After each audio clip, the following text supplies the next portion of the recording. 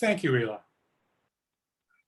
I'd like to start the Board of Selectmen meeting for Thursday, July 22nd at 2021, the year of 2021 at 6:38. And we will do our best to be much more prompt in the future. My name is Jeff Bodmer-Turner. I am the new chair of the Board of Selectmen. Before we start any of the agenda, I would like to have a moment of recognition for our previous chair, Eli Bowling, who was chair for the past 2 years and did a yeoman's job throughout the pandemic, did a fantastic job throughout the pandemic. So all of us on the board and in the town are quite appreciative of everything that you did, Eli. You're here. So the first part of the agenda is to have announcements and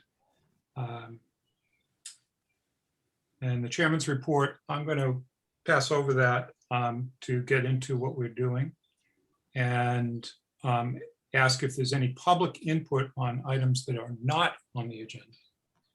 Anybody in the public that would like to raise an issue that's not in the agenda tonight? Would that be Alan? No. No, I think not. Okay, then we'll move to our first agenda item, which is setting the dates for fall town meeting and our selectmen goal setting workshop. And before we do that, Alan has a brief comment and follow up to the annual town meeting. Oh, thanks, Jeff. This was just in the context of setting the date for the fall town meeting.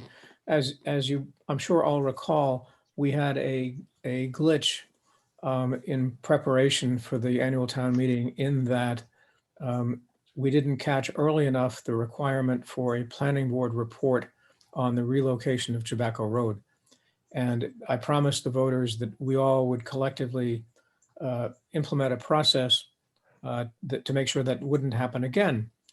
And I've been thinking about that since then and realized that we really needed a more comprehensive process than just making sure we had the planning board report required under Article 4, Section 8 of the general bylaws. And so late last week, I emailed Michelle Randazzo and said, is it possible that KP Law has a more comprehensive checklist than just covering that one issue?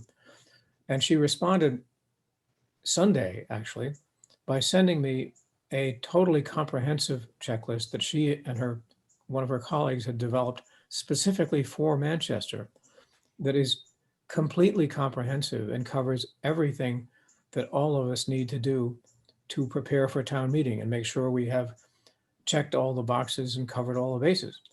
And I've been working with her. I sent late this afternoon, I sent Greg a draft with my comments. And so we will have, for all of us, I think, a checklist that will make sure nothing drops through the cracks again. And I want to compliment Michelle and her firm on having done this. And that, I guess during the pandemic, she lost track of it and put it in a drawer because it's something she had worked on previously. So, but it will give us a lot of heads up on what we need to do in preparation for town meeting, all of us. Good.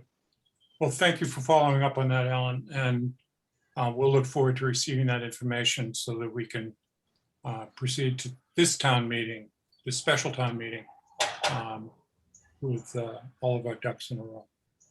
The only thing we have to do is make sure we keep this in front of our successors so that they don't lose the checklist.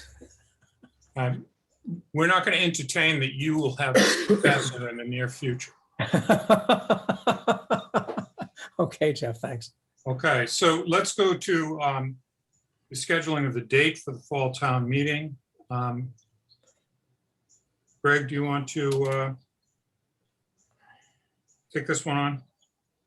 I'm sure. So basically two choices. We're looking at either November 8th or November 15th. They are both Mondays. Obviously, one of the main agenda items for the town meeting is some zoning bylaw amendments. And the consulting attorney who has been working with the planning board on the recodification process has requested either of those two dates. The 8th is a little better for him, though he can do the 15th. I know that Becky is away on the 8th, so the 15th is better for her. And the planning board, in an effort to sort of maximize their time in preparation for the fall town meeting, they have a preference for the 15th as well. Okay, then I would only ask Alan to check in as to whether you're available on the 15th. I'm available for both those dates. I have a slight preference for the 15th because I have an obligation in New Hampshire on the 9th, which would make the 8th a little more difficult, but I can do either one. Okay. 15th is slightly better for me. Okay. But let me just add that I think it's important, given the context of this meeting and the agenda that is likely to be there, for all the selectmen to be present. I would agree with you. So is there any discussion from the members of the select board?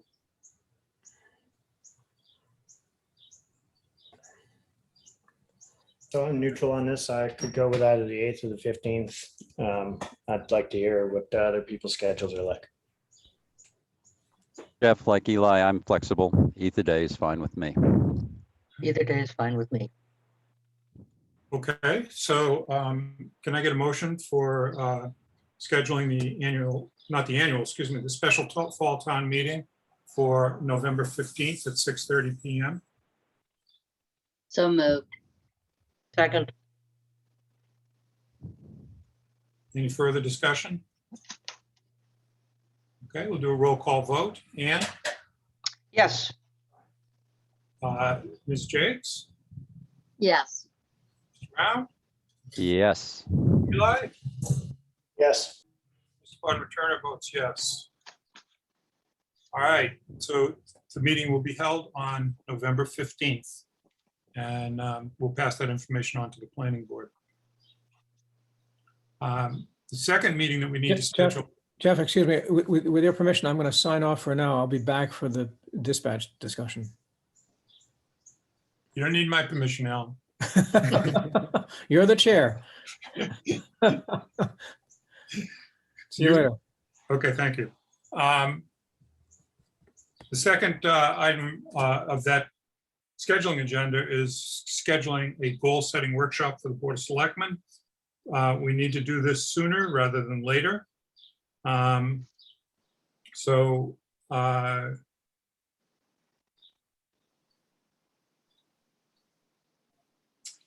Typically, we have done this on a Saturday morning.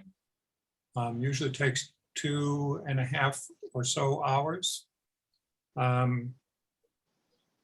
Is there any date conflicts for, I'm obviously not going to say the 22nd, the 24th, I mean, but let's say the 31st or sometime during the week, next week in the evening.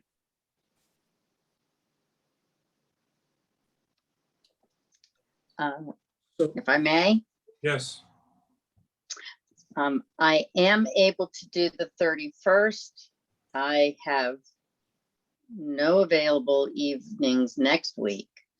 okay, But Right. could do the following week during the day.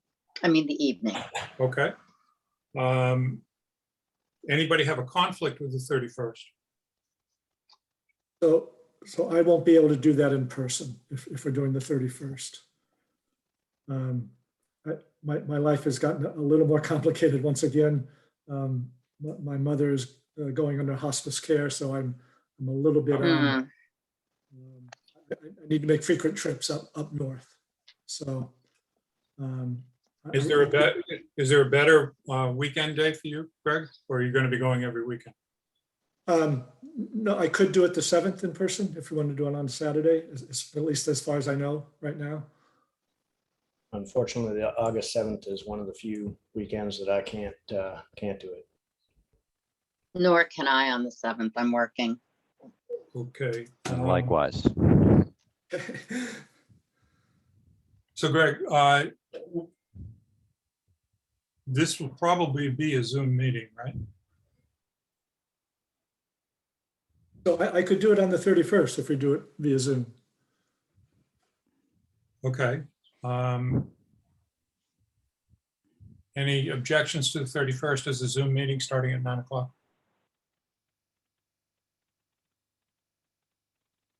Okay. So I'd like a motion for a 9 a.m. meeting on the 31st of July for our annual board planning meeting.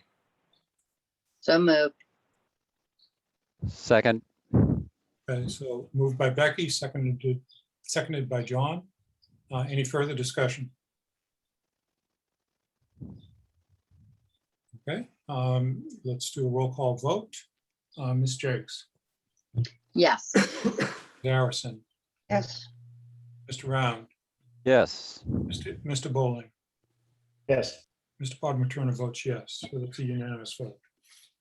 Okay. We have board and committee appointments next on our agenda.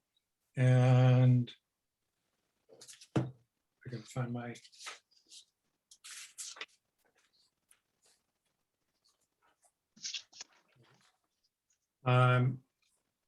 these are interviews that we did in our last board meeting on July 6th.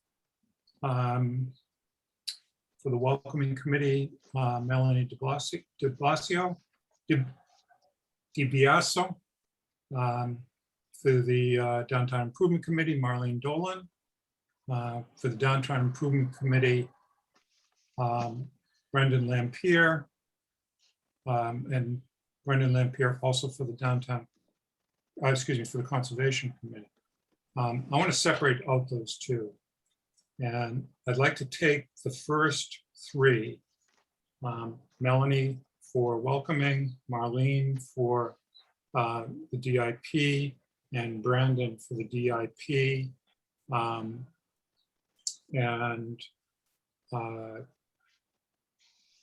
And put forth a vote for those three candidates. I want to do the bike and pedestrian committee candidates separately. So can I get a motion for those three candidates for appointment to the various committees that they were specified for? I'll move Melanie DiBiaso, Marlene for a welcoming committee, Marlene Dolan for downtown improvement committee, and Brandon Lampier for the downtown improvement committee. Second. Okay, moved by Eli and seconded by Ann. May I, there's actually only one opening on the downtown improvement committee. There was an email that came in later. So there's only one opening because Carly Cook is she is staying on. So am I the only one? All right. Is that what the email said? That came in.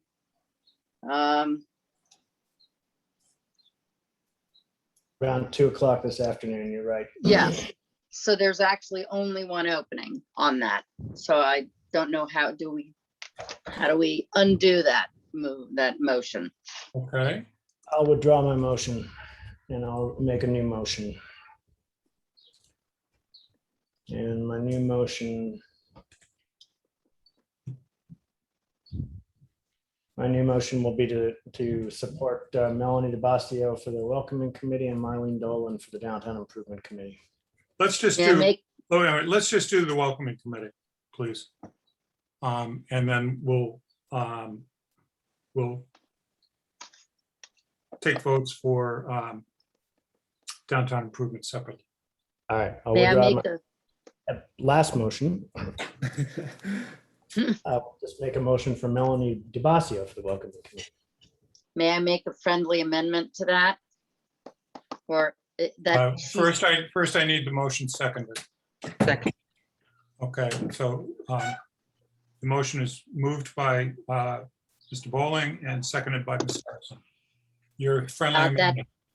My friendly amendment is for the 2-year term, as was her preference, Melanie's. Accepted. I remember that now. Okay, Is that necessary, given that there's only one?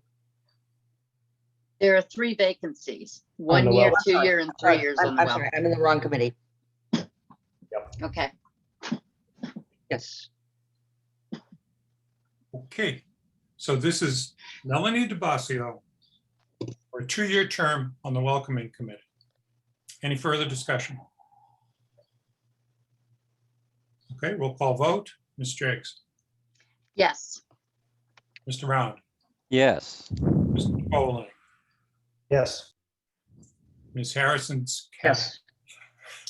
Okay, Mr. Vladimir Turner votes yes. Okay, now we have one of 2 candidates for Downtown Improvement Committee.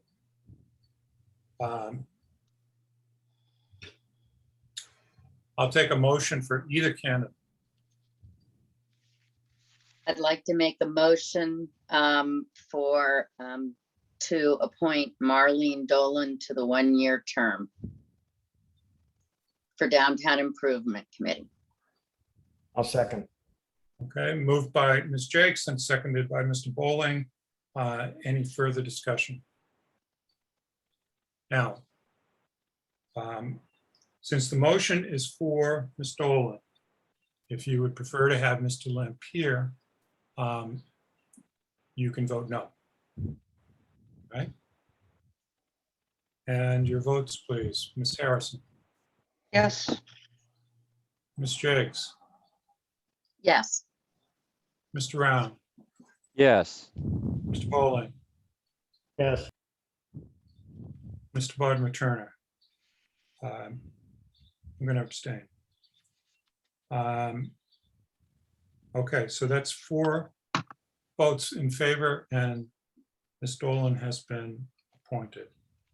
Mr. Lampier is also interviewed for the Conservation Committee, but my understanding is that there are other candidates who have since started to express an interest but haven't put in a letter yet. So I'm going to ask that we hold off on voting on that particular appointment until we have clarity about whether the other candidates are going to submit their letters, and we can interview them as well. So let's move on to the Bike and Pedestrian Committee. On the Bike and Pedestrian Committee, we have 3 candidates, and in our discussion about this on the meeting of July 6th, we discussed the number of positions available, and the current configuration of the committee is 9 members, and there are 7 members standing. So this would mean that there are only 2 seats available on the Bike and Pedestrian Committee. And I know that the chairman of the committee, Al, had expressed an interest in having more than 9 members. But in discussions that I've had with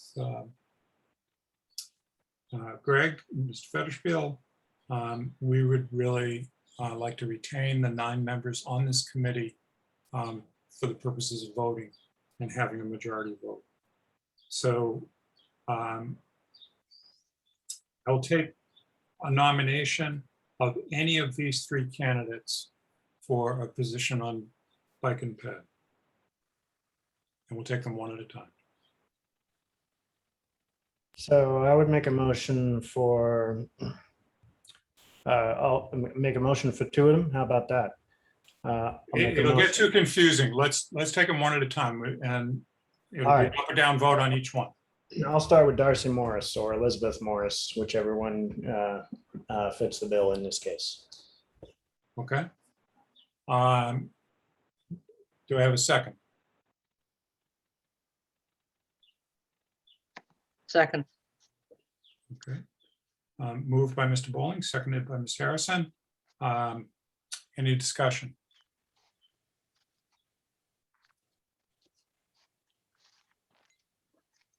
Becky, are you there? We've lost your video.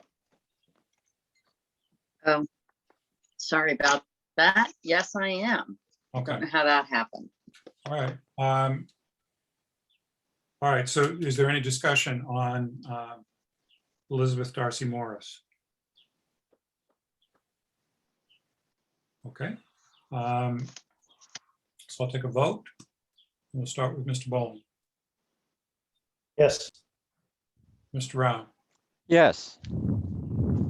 Ms. Jakes, Yes, Ms. Harrison, yes, Mr. Bodmer Turner votes no.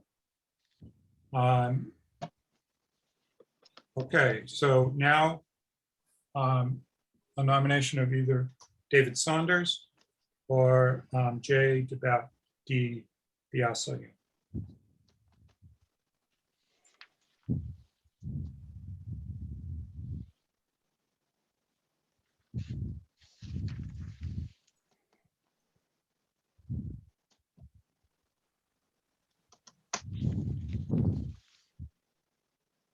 Well, no one wants to make a motion. I will make a motion for David Saunders. second, Moved by Mr. Bowling, seconded by Ms. Jakes. And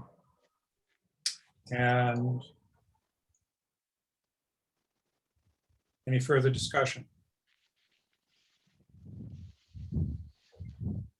Okay. So I'll do a roll call vote, please. Ms. Harrison, yes, Ms. Jakes, yes, Mr. Round, Yes. Mr. Bowling, Yes. Mr. Bob Turner votes yes. So that would indicate that the two candidates who are going to be sitting on the Bike and Ped Committee are Elizabeth Darcy Morris and Jay DiBiasio. nope, David Saunders.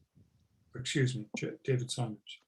And Jay, you can be in touch with the committee and help them out. They certainly can always use help. But as sitting members, those two members have been appointed. All right. Do we have any other items on this part of the agenda? I know we have some possible appointments coming up at our next meeting, but we won't get into that tonight. Let's keep moving. We're already a little bit behind. The next item on the agenda is the continuation of the public hearing on the flat fee sewer rates for FY22. And I need a motion to reopen the public hearing. So moved. second, Okay, moved by Ms. Jakes and seconded by Ms. Harrison. The public meeting is now open. Greg, do you want to lead the discussion with this, please? Sure, Jeff, thank you. So you held off on a final decision concerning the flat rate formula. So we have 9 properties that are on the sewer system, but are not on the town water system. Therefore, they do not have a meter, and thus we don't have a way to measure the amount of water that they consume and flush down to the sewer system. So we have a current flat rate of $183.68 per quarter. That was supposed to be per bedroom, but for years that has not been applied that way. And it was based on 110 gallons per bedroom. That 110 comes from Title V, the state regulation of septic systems, where they rank bedrooms, or they categorize a bedroom as consuming 110 gallons a day. That is typically higher than what we see in actual usage. And therefore,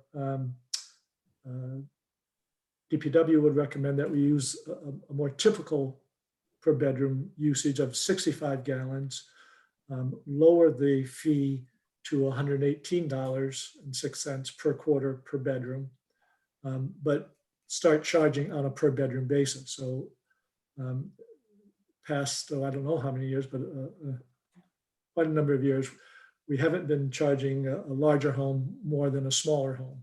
Obviously, a larger home with more bedrooms, you would expect them to be using more water with more people, and therefore they should be paying a higher sewer fee. So ramping up to the per bedroom use in one full shot is a pretty large increase for these 9 properties, particularly for the larger bedroom properties. So you may want to consider adopting what DPW has recommended, but phasing it in over a 2 to 4 year period, for example.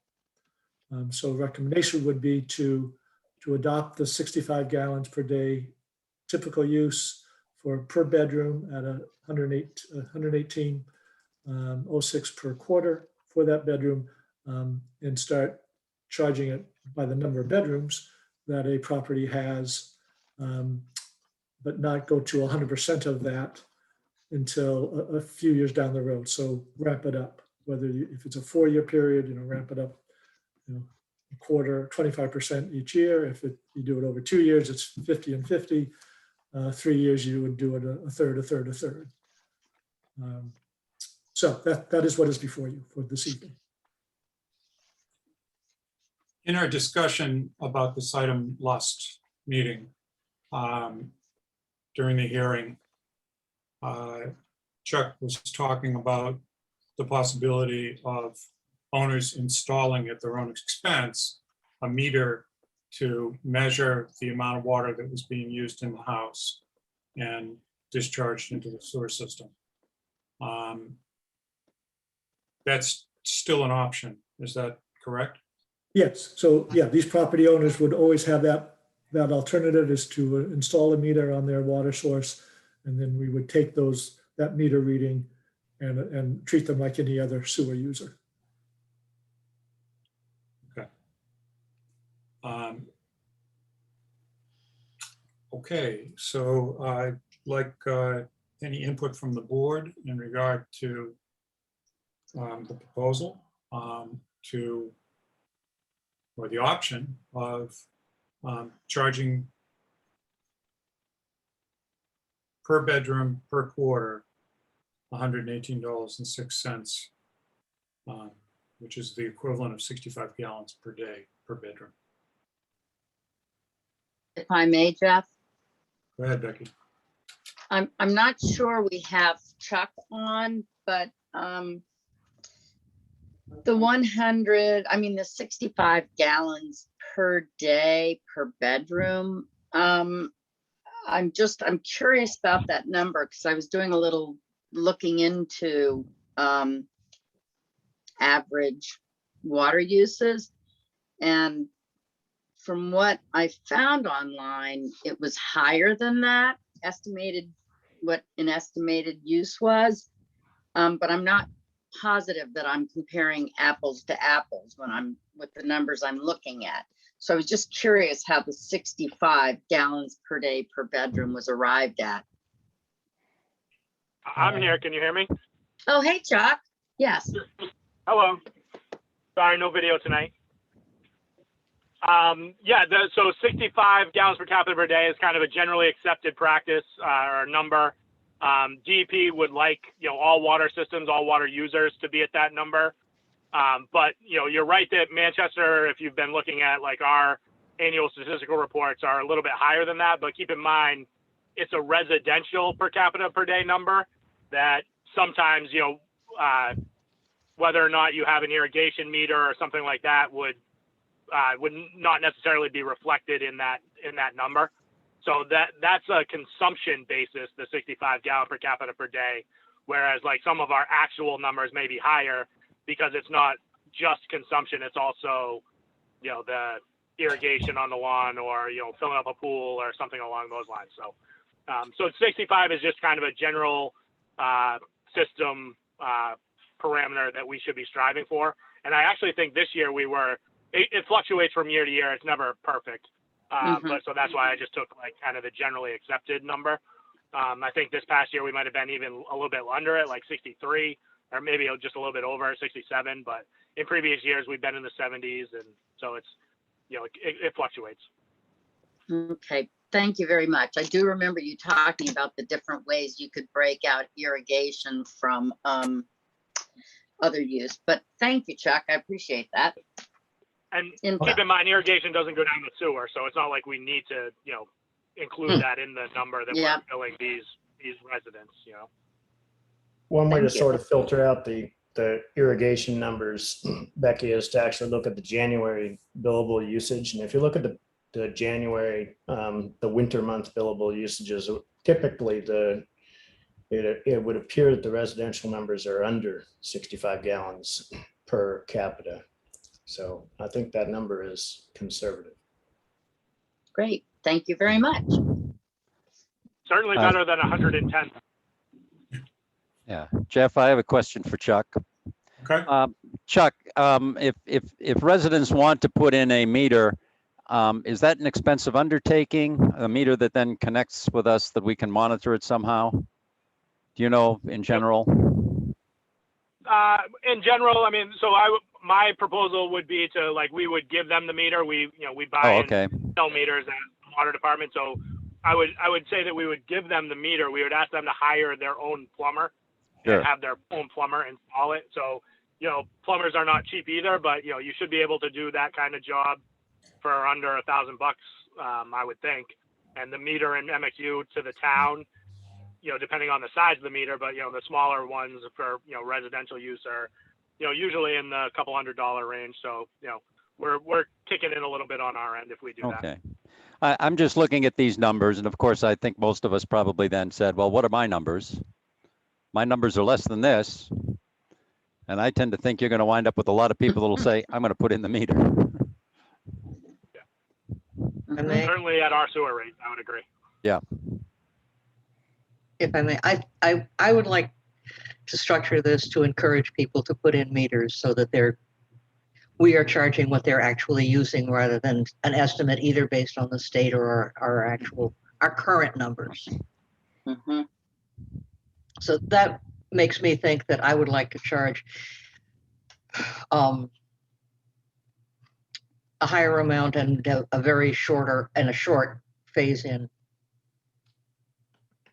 as being more likely to encourage people to pay for the meter installation. okay. Any other comments? I'm okay with the estimate that the shorter phase in. I'd be okay with that, but we've got a calculation here that is grounded in some facts here. So I'd What's say a shorter phase? well, what is it? 2 years right now, Chuck? No, it's up to We us to haven't picked decide. any number. Oh, I haven't picked any number, but somebody, I heard 2 years. Somebody suggested maybe 2 years. but Greg maybe- said 2, 3, or 4 years. Okay. So Ann is suggesting something less than that ballpark.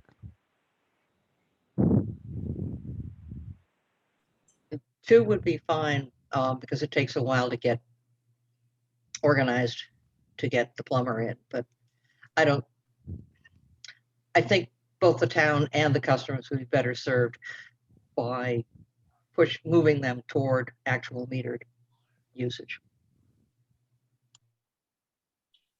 In terms of We implementation, can also send out a letter to, you know, kind of tell people, give them a heads up before they open the bill. So, you know, we can offer that in the letter, like, you know, please consider, you know, getting a plumber and putting on a meter.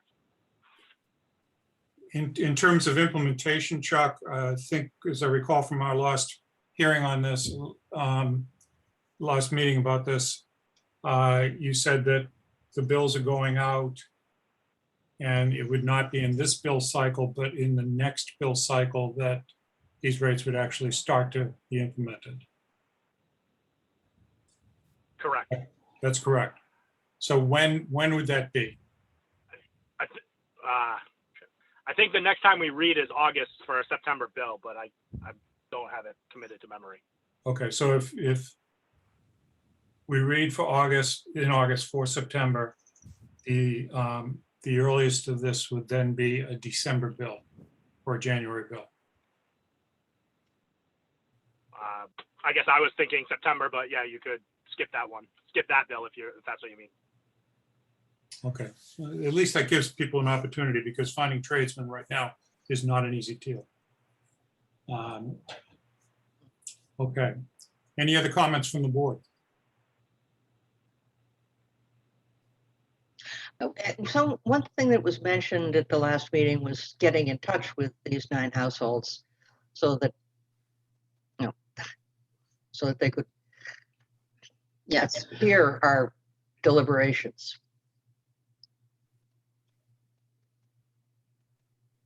My understanding is that we sent out letters last week. I'm not sure that we didn't get any calls at DPW, but somebody might be on the call that got one of our letters. I'm not sure. Would Jeff, would you be willing to consider taking comments from people who would be affected? Absolutely, I would take comments from the public, including and prioritize those who are going to be affected by this. And I saw Paul Stone raise his hand. I think he's affected by this. I can tell by his serious demeanor. So I just want to finish up with comments from the board, because what I'm hearing is to go with the 65 gallons a day, a quarter per bedroom, and to be implemented over a 2-year period, from the initiation of the first bill being a 50% increase and the second bill being a settlement at the 65 a quarter. So that'd be the 100% increase. And that's not a motion, but that's what I'm hearing. There are any other options that people want to discuss about this? For instance, if I may, Jeff. go ahead. I'm wondering if, looking at some of these numbers for some of the people, if we do it in 2 years, would that be difficult for some people? Would we want to do it in 3?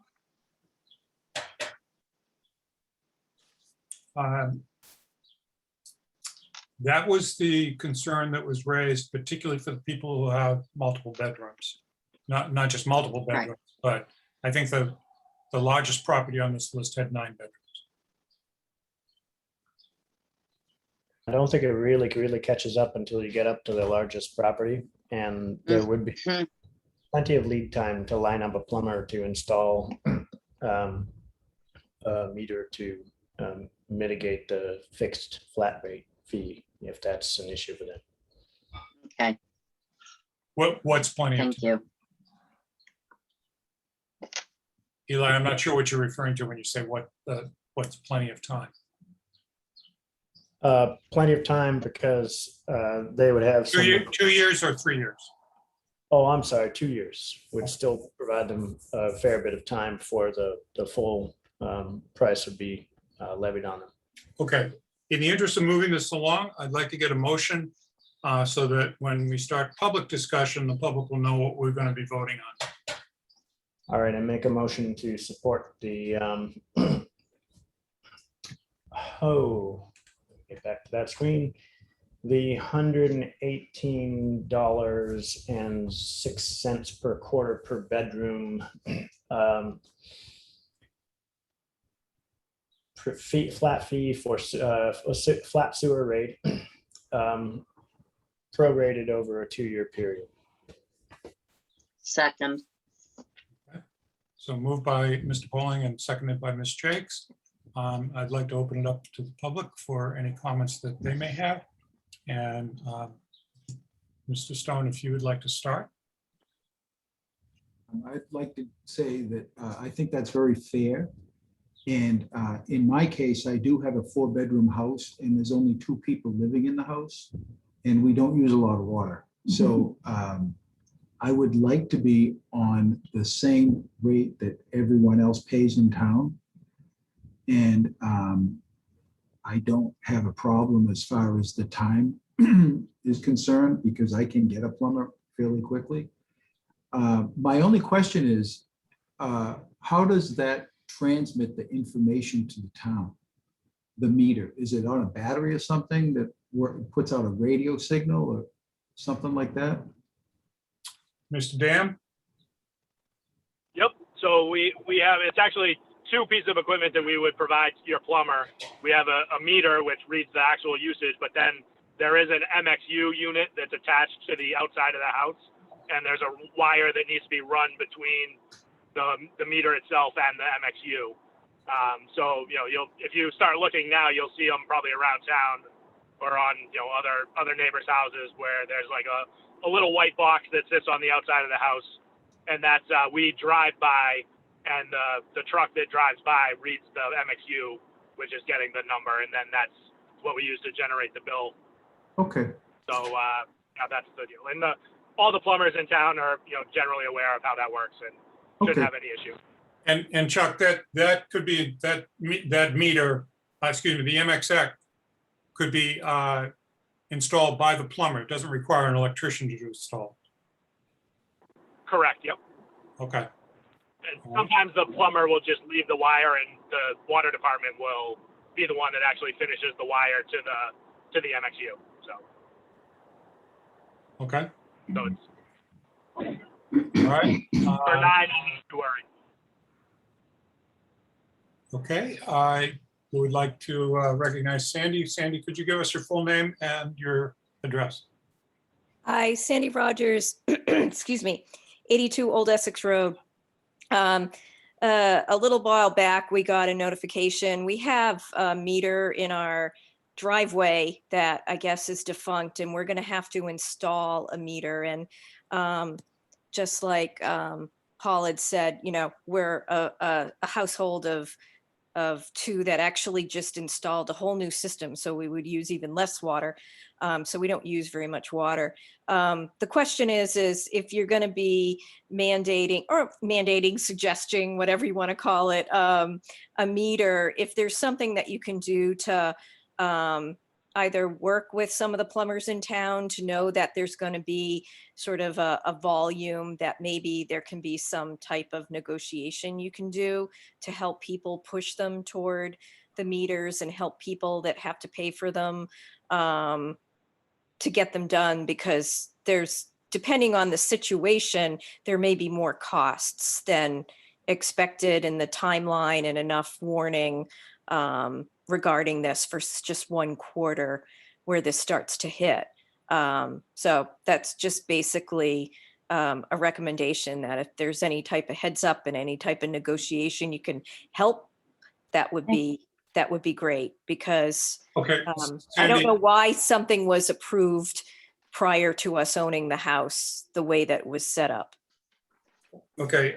Let me just clarify that we're not requiring anyone in this flat rate area of the building to install a meter. That's up to them. And the flat rate is what we're voting on, as a flat rate. But the flat These rate houses should be that are not large for metered- people. that- Yeah, Let me finish. yeah, For okay. these houses that are not metered at this point at all.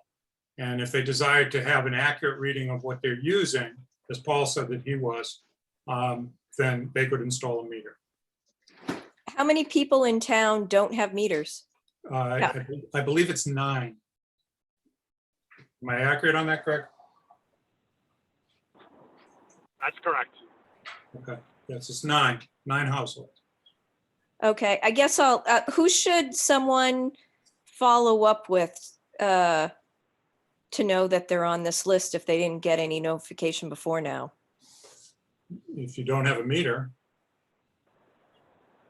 and you're on well, Oh, this is only well.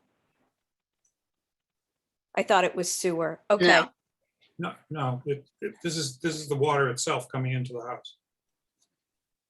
Jeff, okay. Jeff, if I may, Who is that? that's me, Ann. Oh, I'm sorry, I didn't see it. Go ahead. Since we've decided to delay implementation of this, or have agreed to delay implementation of this till the December bill, perhaps those 9 people could get something in their September bill saying this is coming, so that if they could get quick access to a plumber, they could avoid the whole thing and just be measured like everyone else. And I think that's what Chuck was saying that he was planning on doing. Okay. That in the September bill, he's going to send out the notice. Okay. Is there any other public comment on this issue? Thank you, Sandy, and thank you, Paul. I just have one clarification, Jeff, if I may. Yes. You proposed a 2-year kind of phase in. Am I assuming that that's just going to be a kind of an incremental 12.5% a quarter for 8 quarters to get up to whatever the proposed number is here? Or you did not define anything? It wasn't defined in the motion, and that's what would be the actual action. Chuck, Greg, let me take that to Greg. Greg. We can certainly do that. Just take all the quarters and ramp it up. Just straight line Yeah. increments, so people Just straight know line increment. this is what's happening. Okay. I think that's the simplest way to do it. Yes. Yep. Okay, so this would be done Sorry, on. I'm off, and I'm back. I beg your pardon? Chuck? Sorry, I was just saying I dropped the call, but I'm back on now if there's any other questions. But Okay, I'm so caught up. in terms of the implementation, Chuck, we were just talking about in each bill going up 1/8 towards the second year goal of 100%. Yep, not a problem. Okay. Any other comments from the public? Okay, point of order, I believe we have to close the public hearing first and then take our vote. Move to close the public hearing on sewer Second. rates. Okay, to close the public hearing, it's moved by Ms. Harrison and seconded by Ms. Jakes. And let's do a roll call vote. Mr. Round, Yes. Ms. Jakes, Yes. Mr. Bowling, Yes. Ms. Harrison, Yes. Mr. Bob Turner votes yes. Okay, now on the main motion to increase the water rates on the 9 identified properties that are not currently using metered water to a flat rate per bedroom per quarter of $118.06 to be increased at 12.5% increments beginning with the bill that comes out in early winter.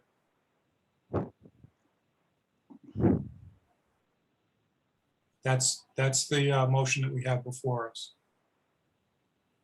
Any further discussion? Okay, I'm going to take a roll call vote.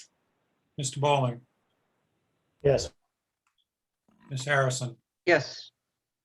Ms. Jakes, Yes. Mr. Round, Yes. Mr. Bonmaterna votes yes. Okay. We now have next on our agenda, the update on public restrooms. Greg. So actually making some good progress on a couple of fronts.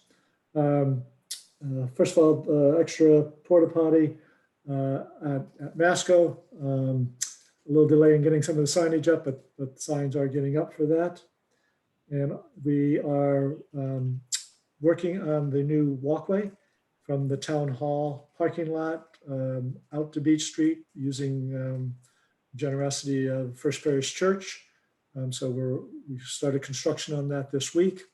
And we have an ability to put a trailer with two restrooms that are fully flushed and have water to them and water to the sink and with electricity on that path and as you go past the sewer plant. And so we're able to easily hook in to water and electricity from the sewer plant. So that is going forward, and we can have that operational next week if you give the green light for that. And then thirdly, we have been in touch with some folks at Harbor Point, particularly Bravo by the Sea, the pizza place, and working with them to have a smaller unit. It would also be a flushable unit with its own self-contained water, so it doesn't have the capacity as the other unit, but it is something that could be used and be placed in the Harbor Point parking lot as another option as well. So again, if those are agreeable to you, we can move forward with those, hopefully by the end of next week, if not the first of the following, and have those functional. And assuming we want those to run, through September, we can see what kind of volume they're getting, and whether or not sort of watch weather and see how long into the fall we might go. I couldn't imagine going past Columbus Day weekend, but we might go as far as that if the weather holds. So these aren't cheap. There's a cost involved. It's for the unit at the sewer plant with pumping out that unit a few times a week. We're probably looking at just under $2,000 a week. We can use our ARPA funding that we have available for this, as it is part of our economic recovery efforts to make our village area more attractive for people to patronize the businesses in town. So we're able to use some of those dollars that we have available towards this effort.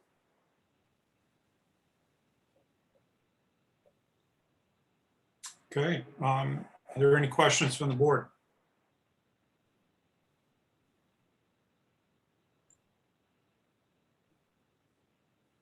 We're talking about one unit being hooked up in the path, and you go directly using the electricity and the outlet to the town sewage treatment plant, and a second unit that would have to be privately pumped.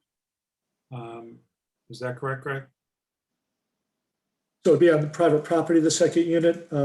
We can, again, use our ARPA funding for that, but we would ask that the property owners in that complex help us monitor and make sure that the unit is not overflowing. In particular, close it down when it is full. Yep. And so we need some cooperation there, but I'm sure we would get that. Now, I want to emphasize that this is an interim measure, a temporary measure, that it's not going to run into the fall and beyond. Once freezing temperatures come, this is not an adequate solution. And that we need to come up with a long-term solution, either through a town business cooperative plan for using the businesses' restrooms, or a more permanent plan for location of toilets, public toilets in and around Masco. So what we need now is to get the feel of the board and a motion to go forth with the two units that we're talking about, one at Harbor Point and one as part of the construction of the path. So I have a question, Jeff. I guess for Greg, just to get the details. So that's $2,000 a week, did you say, or a month? A week. A week, and that's for renting the units and pumping them out? Is that kind of the all-in cost? Correct. Yes. Okay, and that obviously is a seasonal sort of thing. They would disappear, as you say, Columbus Day or something like that. At the latest, yes. Okay, and the other units, which are over by the sewer plant, that's an in-house effort. There aren't any dollars that you have assigned to those, at least on a regular basis at this point. But they would be year-round? No, both of these are temporary. Both of them are temporary? Okay.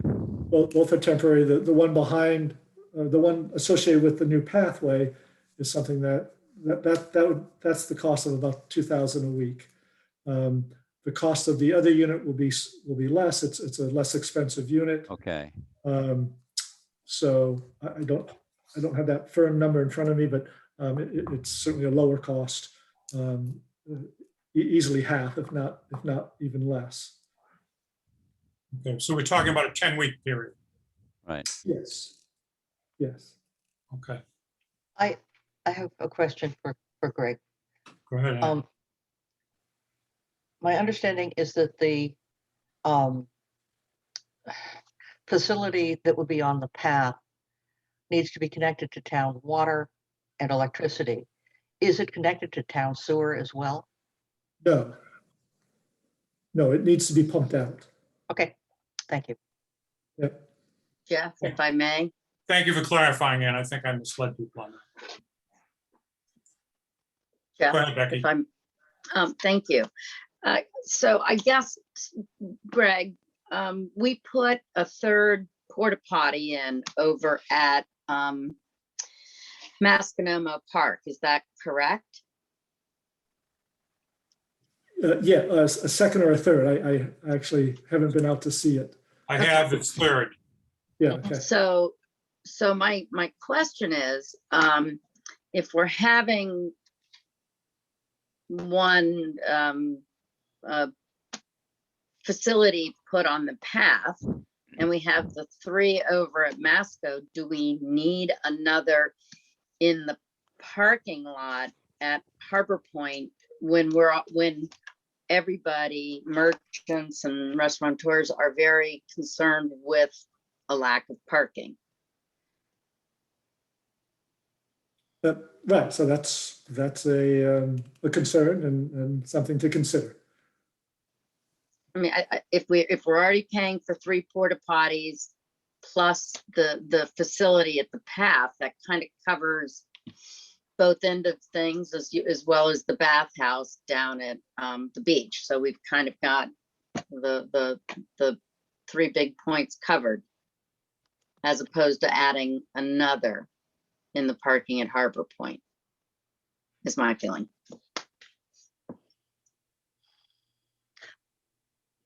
Greg, Jeff, may I ask Greg a clarifying? Sure, go ahead, Ann. Most of the parking at Harbor Point is private, reserved for members of the condo offices. What parking spaces would the facility there use? Right, so we've left that up to them to decide that. But they wouldn't be spaces that would be regularly available to the public. My assumption is that they would be using a reserved spot. Well, there are reserved spots, there are 1-hour spots for customers. Right. So So it's not taking up really public parking. Greg, is this the unit that was originally raised or discussed by Bravo? The unit that we're putting near the sewer plant is the one that is proposed for their location does not require a water connection or electric connection, so that it is much easier to install. So it's all self-contained. It has its own freshwater holding tank as well as the black water holding tank. Sorry, I think you may have misunderstood me. Originally, Bravo by the Sea had proposed taking one of their spots and putting a unit in their spot. Is this unit that we're talking about for harbor parking space in a lot the same as that one or different from that one? Yeah, it'd be the same as that one. I don't know if it's a different location as originally proposed, but it would be the same as that one, yes. And originally proposed, the merchants were willing to trade off one of their spots to get this unit put in place. Correct, yes. I'd like to move this along, if we could. That would require a motion to authorize the town administrator to move forward with plans for 2 temporary toilet facilities and the locations of the pathway between downtown and the town hall parking lot, and in cooperation with the owner of Harbor Point in the Harbor Point parking lot. I'll make that motion. Okay, do I have a second? I'll second it. Okay, so it comes from, moved by Mr. Bowling and seconded by Mr. Round.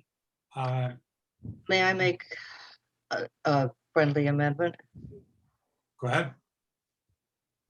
that the installation of those units include clear public signage? Accepted. All right. Any further discussion? Okay, let's have a vote. Mr. Round, Yes. Ms. Jakes, Yes.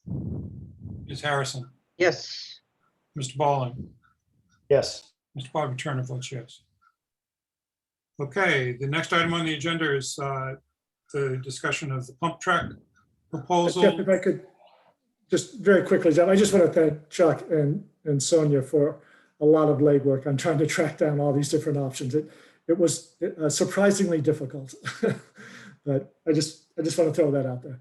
And we duly note that both of them do a lot of hard work to bring us options that we debate for 15 or 20 minutes and decide on. And the clarity of those options is due to all the hard work that they do. So we thank them. The next item on the agenda is the discussion of the pump track. For those of you that are joining us for the dispatch forum, we're running a little bit behind.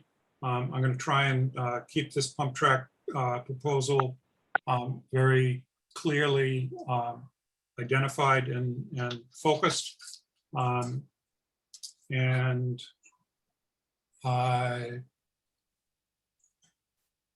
let's start out with Greg. Do you want to frame the history of this, and then we can move on? I believe Max is on the line. So Sure. So Max Warnick came forward with a concept of building a pump track, which is basically some dirt berms in a figure-8 layout that people on bikes use to maneuver around and practice their agility and biking skills on. And he came before the Park and Rec. Oh boy, it's been a while now, maybe a year or so ago. With this proposal, Park and Rec had some concerns about it. They were trying to find a location, and they were concerned basically that this would be something that would fall into their laps and their responsibility. Max, so they recommended not going forward with it. A recommendation back to you. At that time, the board didn't act on it one way or the other. And so it's kind of left hanging in limbo there. Max is still desirous of going forward with the project. He has come back with plans and has reached out to the neighbors, is looking at the old burn dump on Pine Street as a potential location. Again, bringing in dirt to shape the berms for the configuration. I think it's like a 60 by 40 foot layout in that range of space, and sees it as something that can be temporary, can be removed if it no longer is in use, or if a new use for that site comes into play. And I think he sees it as something that can be monitored and maintained by him and his compatriots who enjoy biking and practicing on such a track. So it's back before you to make a final decision as to whether or not it is something you would like to encourage the Park and Rec to work with Max and his friends on this, or not. So it just needs a definitive decision. Okay. Let's try and keep our questions really focused. Are there any questions of the board? Okay. Max, would you like to add a brief statement to what Mr. Fetishfield just put in there? Yeah, so one quick thing, I did contact 10 abutters around the burn dump site. I only got 2 responses. They've been out for over 2 weeks now. One was worried about parking situation, which we got more information on. And one was worried about how this would interact with the U12 soccer fields that they were told were going in. And that was the other concern. And I can say planning if this goes through, but in the name of speed, I can not say it if you just want to move ahead. I didn't catch the last part of that, Max. Should I say the plan, or would you like this to move ahead? How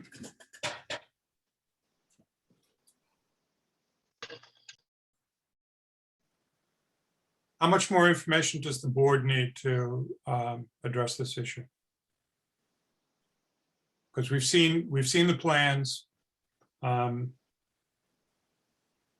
could share a conceptual plan, conceptual of the plan. Let's see. While you're doing that, I'll ask a quick question of Greg, if I may. Go ahead. Greg, is there 1 foot or 2 foot cap on that dump right now? I believe it's 18 inches, Eli, to split the difference. With no impermeable membrane, correct? Correct. There's a warning tape between the good soil and the bad soil, warning people if you were to dig down that you're about to enter contaminated soils. But I want to emphasize, because I asked Greg the same question earlier, and I want to emphasize that that warning tape is not a barrier between the lower soils and the contaminated soils and the upper soils, but just a warning that you're getting into the contaminated soil.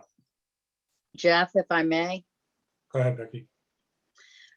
Having read over all the documents, and as well as going back to an email from Cheryl Marshall back in April, that they said they have no plans for using that at this point in time, that site. In addition to that, Max and his other biking pals don't have any intention of digging down. They're simply building up some berms, all of which are temporary. There's nothing permanent being erected there. And it's land that's sitting fallow at this point. So I just wanted to point out a few things. Okay. Thank you, Becky. Any other board members want to make a comment on this? I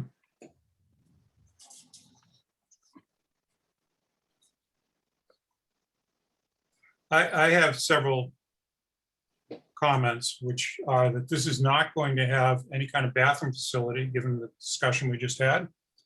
And there's not going to be any available, there's not going to be very much at all in terms of parking, because you'd have to be off the road. And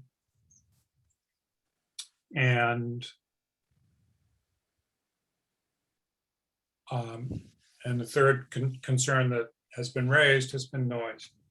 So I think that if we go ahead and do an approval of this tonight, Oh, and the fourth concern that I have is the removal of the berms that are created. And Max has said that he and his friends will take it all down and level it out, spread the dirt. That's going to be something that's going to be of great concern to the town if we have to hire somebody to level it out for the reason that it was just abandoned. So can you respond to that last concern, Max? So responding to a couple of them, first off, bathrooms, there are other parks and places in town that don't have bathrooms. I understand it's preferable to have bathrooms, but I don't think that's a end all be all if other parks in town don't. Secondly, I did speak with Chief Fitzgerald about parking, who spoke with the town clerk. There's parking along the road near it, so that they obviously wouldn't be parking on the dump itself, but there is room if people need to park. And further down Pine Street, people do park to ride in the woods there. So, and most people, I believe, would be riding there on their bikes. So that's the other thing. With you saying taking it down, there's not a ton I can say about how it, or like guaranteeing. I don't know if there's some way to guarantee it, but you obviously, it's a track skid steer that could take it down in maybe an hour tops. And if left to its own, it would just flatten out. If they're talking about U12 fields going in there, they would have to do some sort of grading or additive for that. So if you're already in there for that, you could easily remove it if you're already working there and need that space. And it would be easy enough to take it down with a shovel and throw some grass seed there. And this is dirt you're bringing in, right? Yeah, I would be ordering loam and having it brought in. Okay. Okay, I'm going to, this is a conceptual idea. This is not the track. It's not out there right now. But it's the kind of idea that in terms of what they're trying to build. And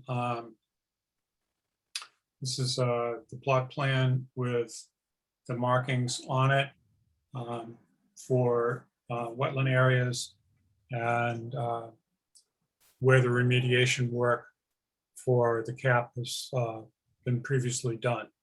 So the location of the rather small tract compared to the amount of land that's here, I believe is right in this area here. So I'm going to stop sharing that so I can go back to my screen and ask if there's any members of the public that want to make a brief comment on this.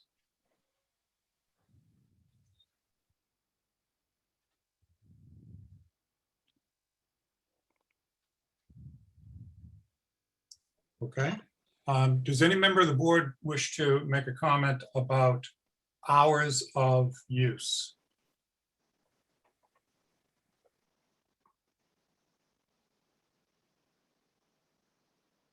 No, but I do have one other question for Max. Sure.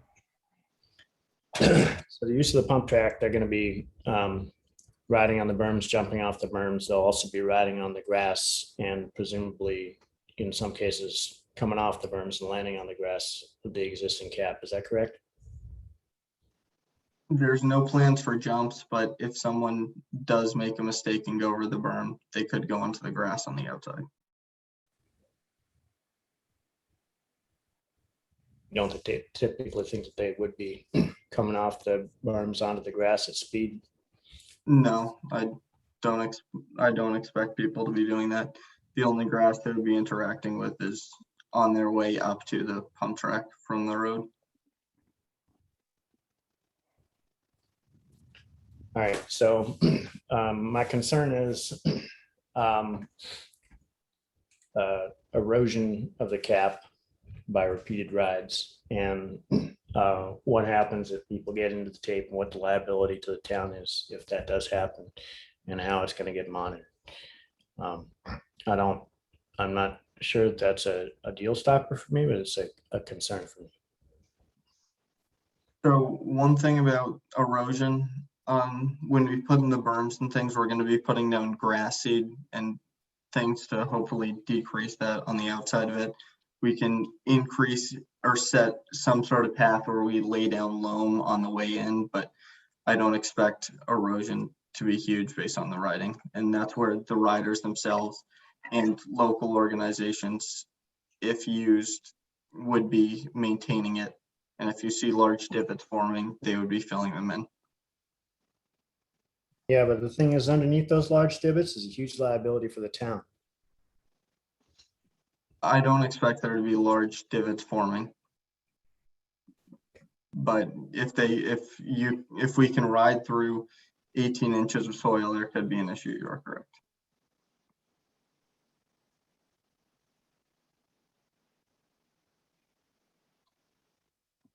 If it gets anywhere close to 18 inches, people are going to be filling it in just so they can ride it smoothly.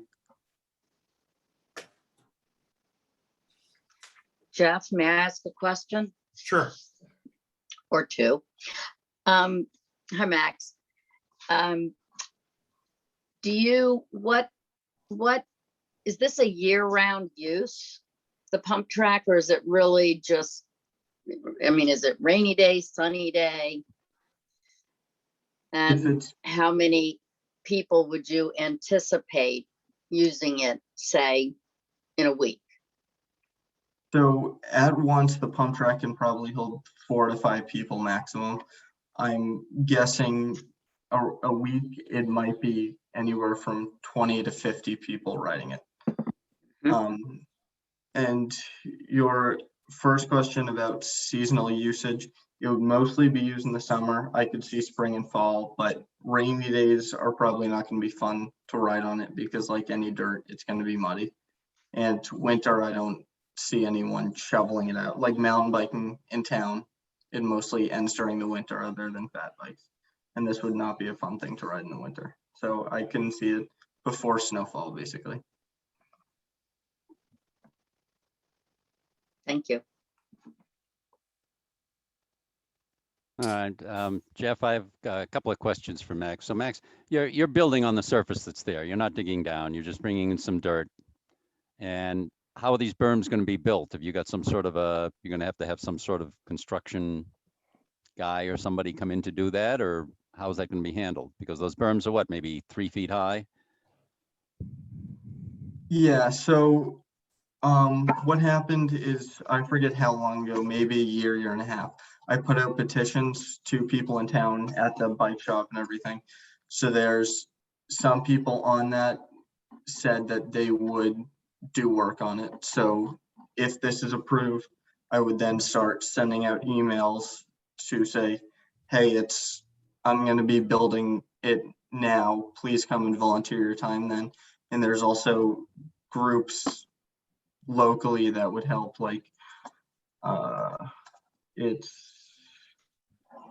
it would be NEMBA, MECT, Bike and Pedestrian Committee, and people of that such.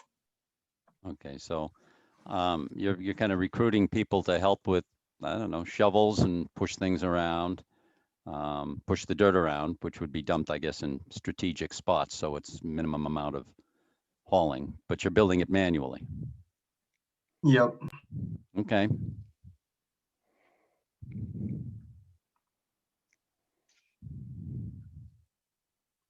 Okay, any other questions from the board?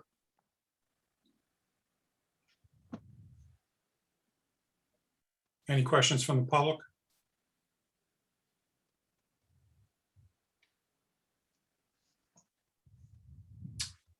All right, so I would like to entertain a motion giving permission to go ahead with the building of a pump track on the burn dump site. And I think that one one expense of the town to this would be putting a sign up in terms of usage that says that if there's any problems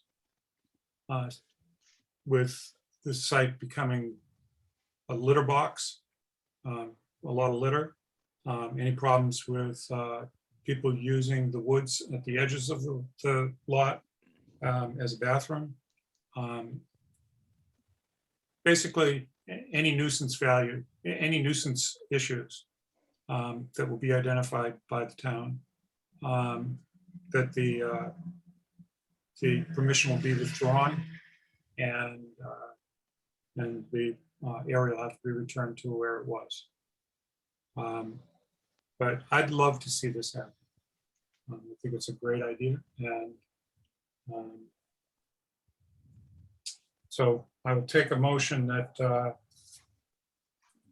that we give permission to Max to go ahead with this project in conjunction with Cheryl Marshall, talking with Cheryl Marshall. The idea here, Max, is that this becomes something like Dexter Pond, which is public land, public site, has parking, a little bit of parking, and that it operates on its own without a lot of town intervention. Okay. So moved. May I add a friendly, that it be used only between 8 in the morning and sunset? Yes, accepted. Second. Okay. All right. Any other discussion? Let's have a vote. Ms. Harrison, Yes. Mr. Bowling, I'm going to abstain. Ms. Jakes, Yes. Mr. Brown, Yes. Mr. Augman Turner votes yes. May I make a comment, Jeff, please? Go ahead. I would just like to applaud Max. Working on this, bringing it forward, reaching out to abutters, doing a lot of research. I love that a young member of our community is trying to find a way for others to get together outside on an open, unused piece of property.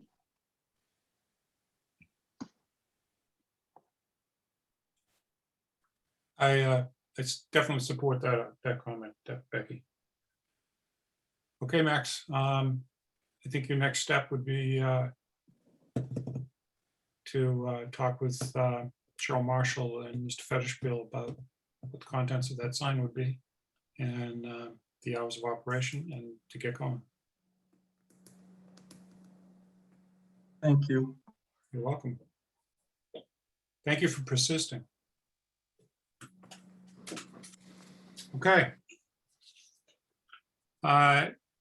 Those are the items that, other than the consent agenda, that we had on tonight's agenda, and prior to the dispatch forum. And so we're going to enter into a public forum on dispatch. And to do that, I'm going to do an introduction. And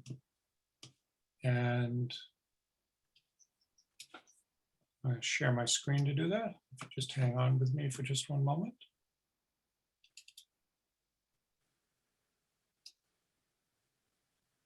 Okay.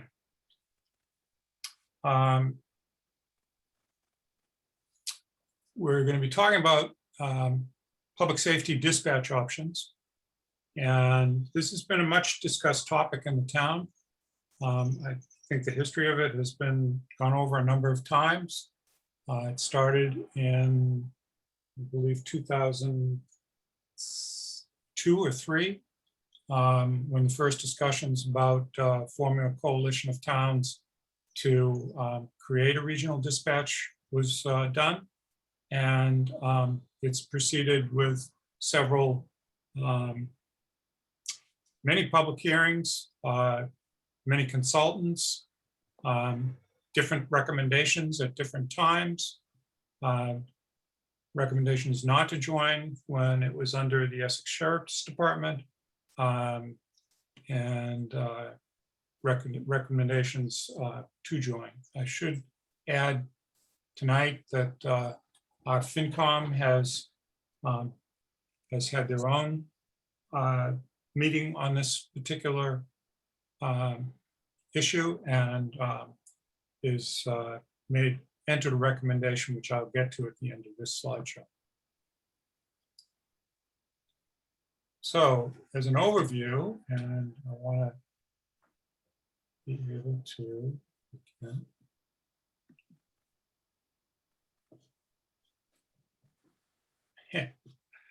sharing my screen, that's not going to work. Okay, currently our in-house operations, and I know that Todd Fitzgerald and Chief Cleary are on the call.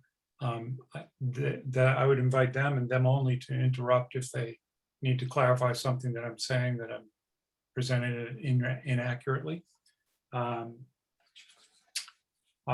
We have one dispatcher on duty 24/7. And that individual is responsible for fielding calls to dispatch police, fire, EMS, and also taking calls for DPW off hours to alert the DPW on-call personnel for any DPW emergencies. We have on the staff 3 full-time dispatchers who work one of 3 daily shifts, Monday through Friday. So a day shift, an evening shift, and an overnight shift. Weekends are covered by part-time dispatchers, by reserve officers, or regular officers working overtime. One current aspect of our in-house operation is that it's one dispatcher on duty. So if we have a large incident that requires the attention of that dispatcher, a second dispatcher is called in typically within 10 to 15 minutes because calls to dispatch don't stop if the dispatcher on duty is called in to deal with a significant issue that requires dispatch services. Dispatchers in Manchester by the Sea also serve as lobby receptionists in the police department. I'm going to try and change some settings on my computer for a second. So I'm going to take that share screen off and go back to it.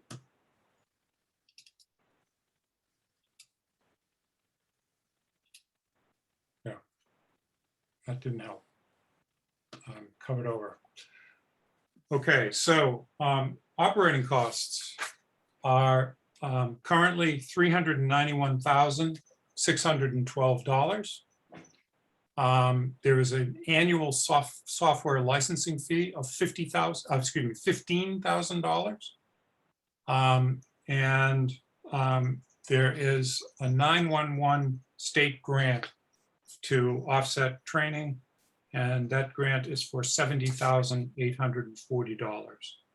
And the net town expense, which is covered over on my computer, but I have a separate paper here, is $335,772.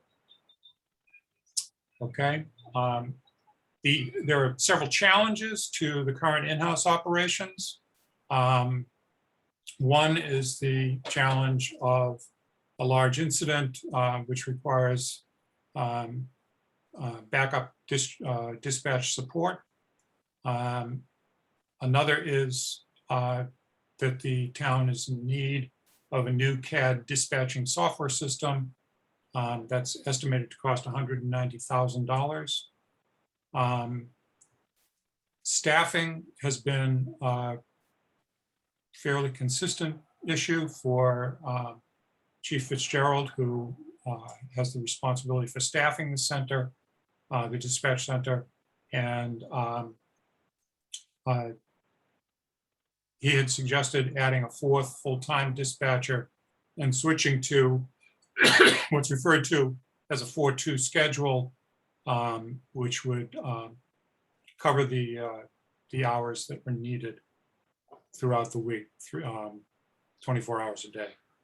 The cost of that is the salary and benefits for one full-time equivalent dispatcher, less the part-time overtime expenses that are currently incurred to cover uncovered shifts. There are equipment upgrades that are on the horizon. Some equipment has been recently upgraded in the last few years, but there's more equipment that needs to be upgraded. And the estimated cost for that is $60,000. And the other in-house challenge is maintaining training of existing staff, new staff, Dispatch is a skill, and it's a skill that requires constant updated training, and for people to come in, and it's not just answering the phone. There's a lot to it, and the dispatchers in Manchester by the Sea are skilled personnel dealing with both crisis and non-crisis situations. Okay, the North Shore Regional 911, formerly referred to as the EREC, the Essex County Regional Communications Center, I believe, is now under the auspices of the state of Massachusetts and funded through the state budget. Their services are offered to currently 5 towns in Essex County. And those 5 towns compose a population of about 40,000 people. They are offering a no-cost contract for 10 years, which includes all equipment and software, training, and personnel. So some of the things that I was just referring to that were challenges that we face fiscally are covered in this contract for the first 10 years of our participation. Participation in the dispatch from North Shore Regional 911 requires that we release our PSAP, which is our public safety access point, and which the town has. And if we release it, it's not something that you can say, oh, let's have that back right away. In terms of North Shore Regional 911 services, the dispatcher who comes on stays with the call from the start.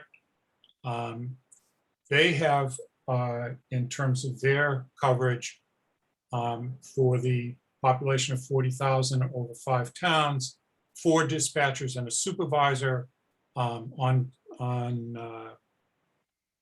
the consoles from 7 a.m. to midnight, and 3 dispatchers and a supervisor from midnight to 7 a.m.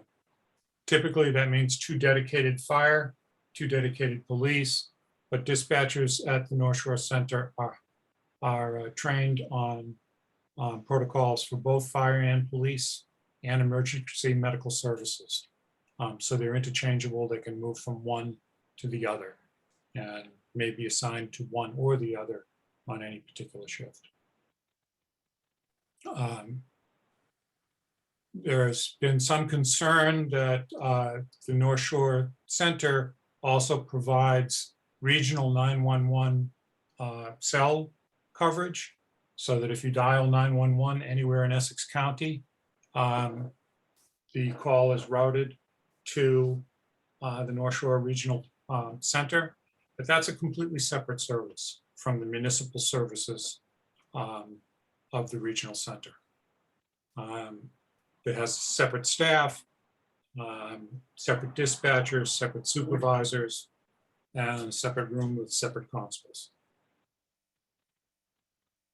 The costs for this center are currently no cost for a 10-year contract. But there are some challenges. The current dispatch in Manchester is supervised by Chief Fitzgerald with input from Chief Cleary, and moving to the North Shore 911 Center, it would be shared control through advisory boards. There are 3 different boards. There's a police advisory board that's made up of all the chiefs of all the centers that are, all the communities that are participating. There's a separate fire advisory board that's made up of all the fire chiefs of all the communities that are participating. And then there's an executive board that has representatives from fire, police, and administration of the center.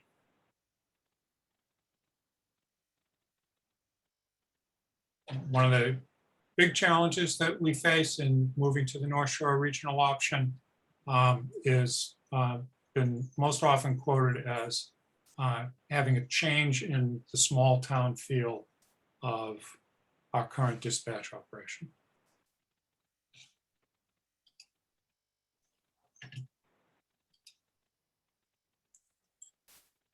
Oops. Okay. Our dispatchers serve as lobby reception in the police department. And because they are on 24/7, there's always a receptionist, dispatcher to receptionist in the lobby.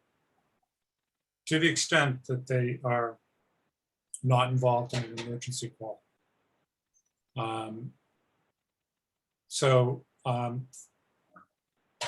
Covering the lobby, if we were to move to Regional 911, would not require, but raise the issue of having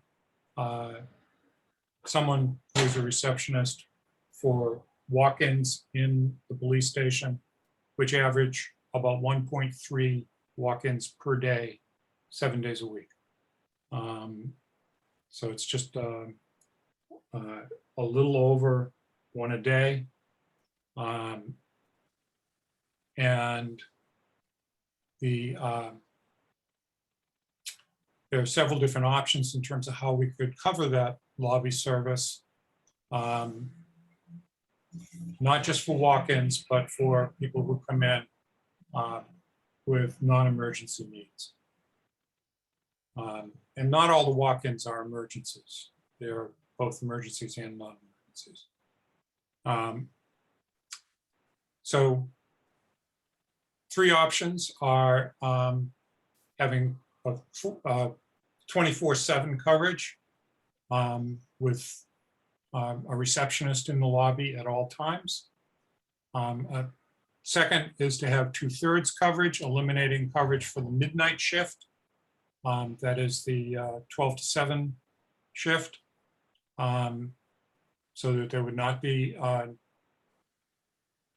receptionist available in the police station on the overnight shift. Coverage during the hours that that most activity happens in the police station. 12-hour coverage during the day and into the evening, so an 8 a.m. to 8 p.m. Coverage. And then finally,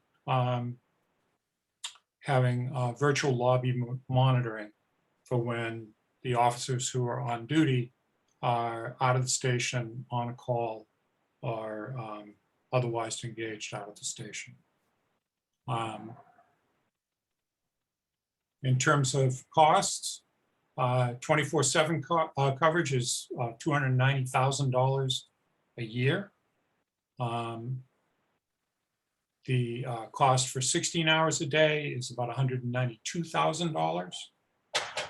The cost for 8 a.m. to 8 p.m. service, and this is just to have someone there at the station to answer questions of people coming to the station. That's about $135,000. And then finally, the virtual has zero cost because there would not be someone covering the desk at the station that had that specific role. And for the virtual, and in fact, for any coverage that is less than 24/7, there would be a one-time capital cost for installing a secure lobby. That capital cost was voted on during our annual town meeting, and it passed on the warrant for the budget. So that money has been budgeted from the town meeting.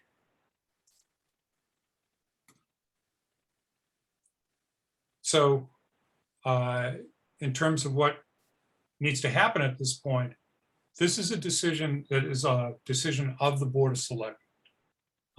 It's a policy decision for the town, and is something that the Board of Selectmen needs to take up in balancing our fiduciary responsibilities to the town in terms of cost and our responsiveness to the town in terms of what citizens would most like to see.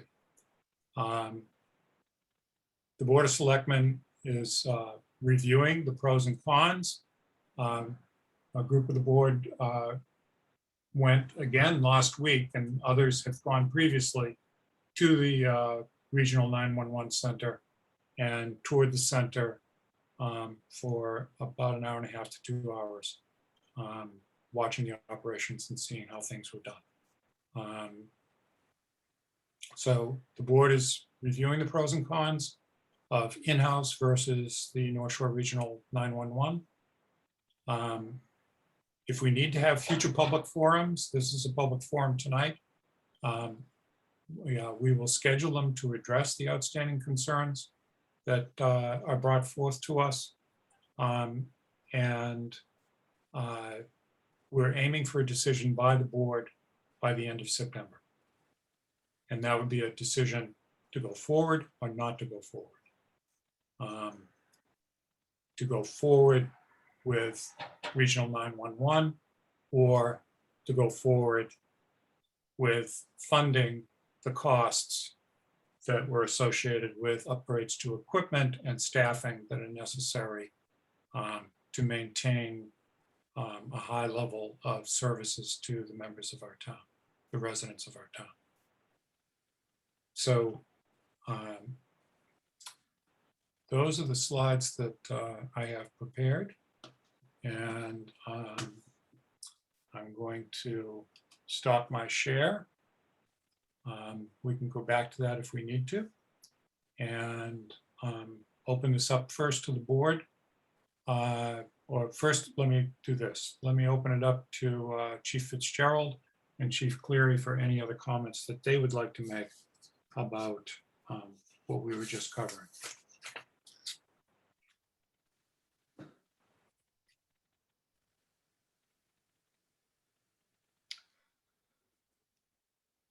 Jeff, would you like me to go first?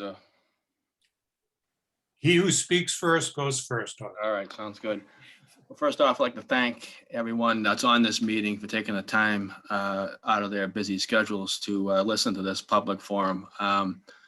This public forum is very important, I think, for the Board of Selectmen and us as public safety officials to hear the residents' comments, concerns regarding our current dispatch operations. And it's actually the proper venue to ask questions and gather the best information that is in front of us to make an informed decision of what we want to do with our public safety dispatch.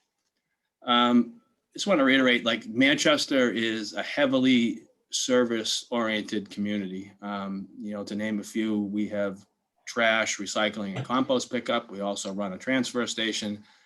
And we run a locally staffed full ALS ambulance that is like minutes away from your home in an emergency.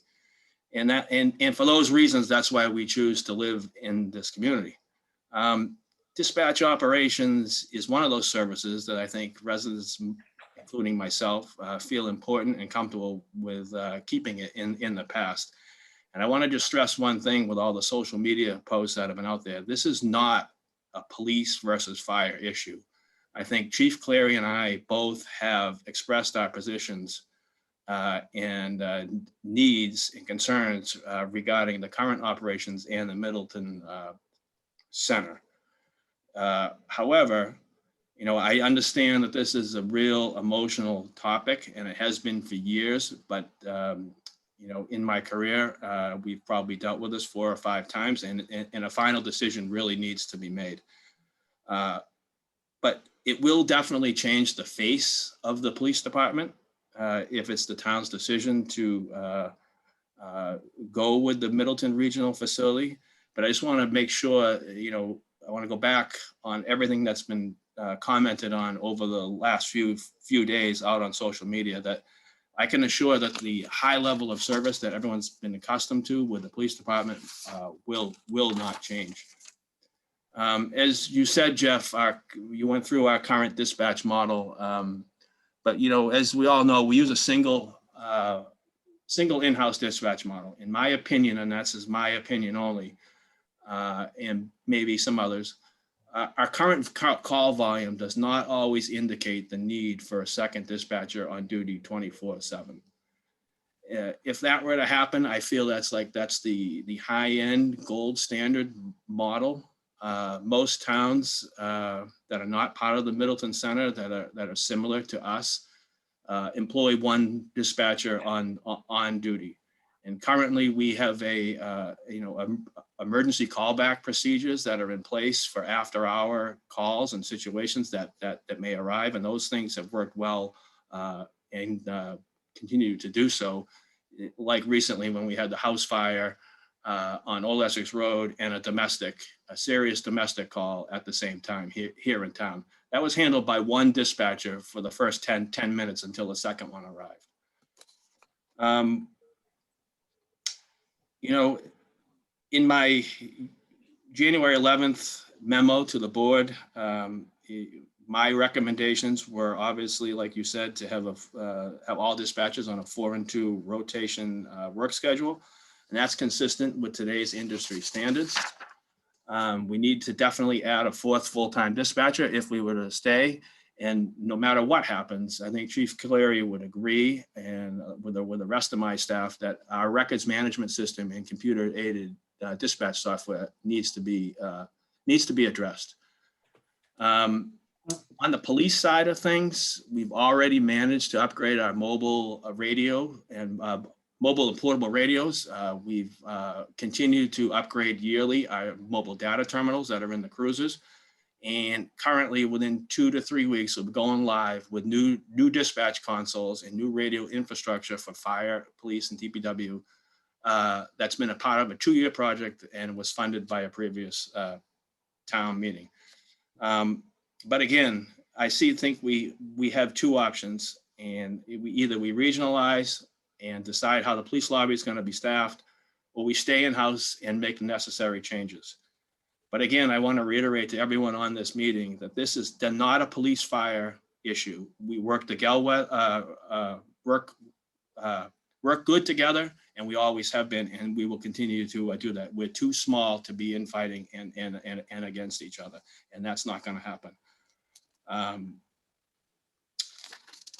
And one other thing I want to reiterate, and I think you mentioned it, Jeff, that if the decision is made to leave, it's our public safety answering point. It's not something we're going to be able to get back easy. So we need to be confident that whatever decision we make is going to be the right one, because we can't keep revisiting this year after year after year, because number one, it's not good for morale, and it's not good for a good working relationship between the 2 agencies.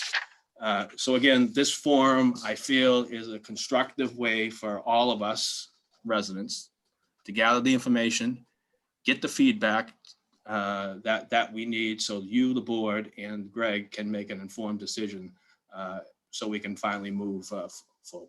So that's all I have to say for now. Thank you, Chief. Chief Cleary. I'd like to thank Chief Fitzgerald for his comments. It is true, we do work well together. That won't change regardless of who's sending us on calls and who's on the other end of the radio. And we have professionals working here in town as dispatchers, and they're professionals at the regional center. So this is not in any way to impugn anybody's skill levels or abilities. It's two different products that offer two different levels of service.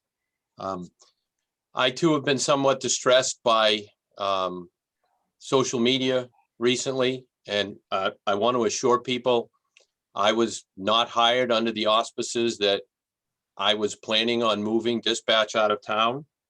I was not, I'm not recommending it because of some backroom deal that I'm going to get staff. If we do end up saving money, it's up to the town and the Board of Selectmen and the town administrator to decide how that money would be spent.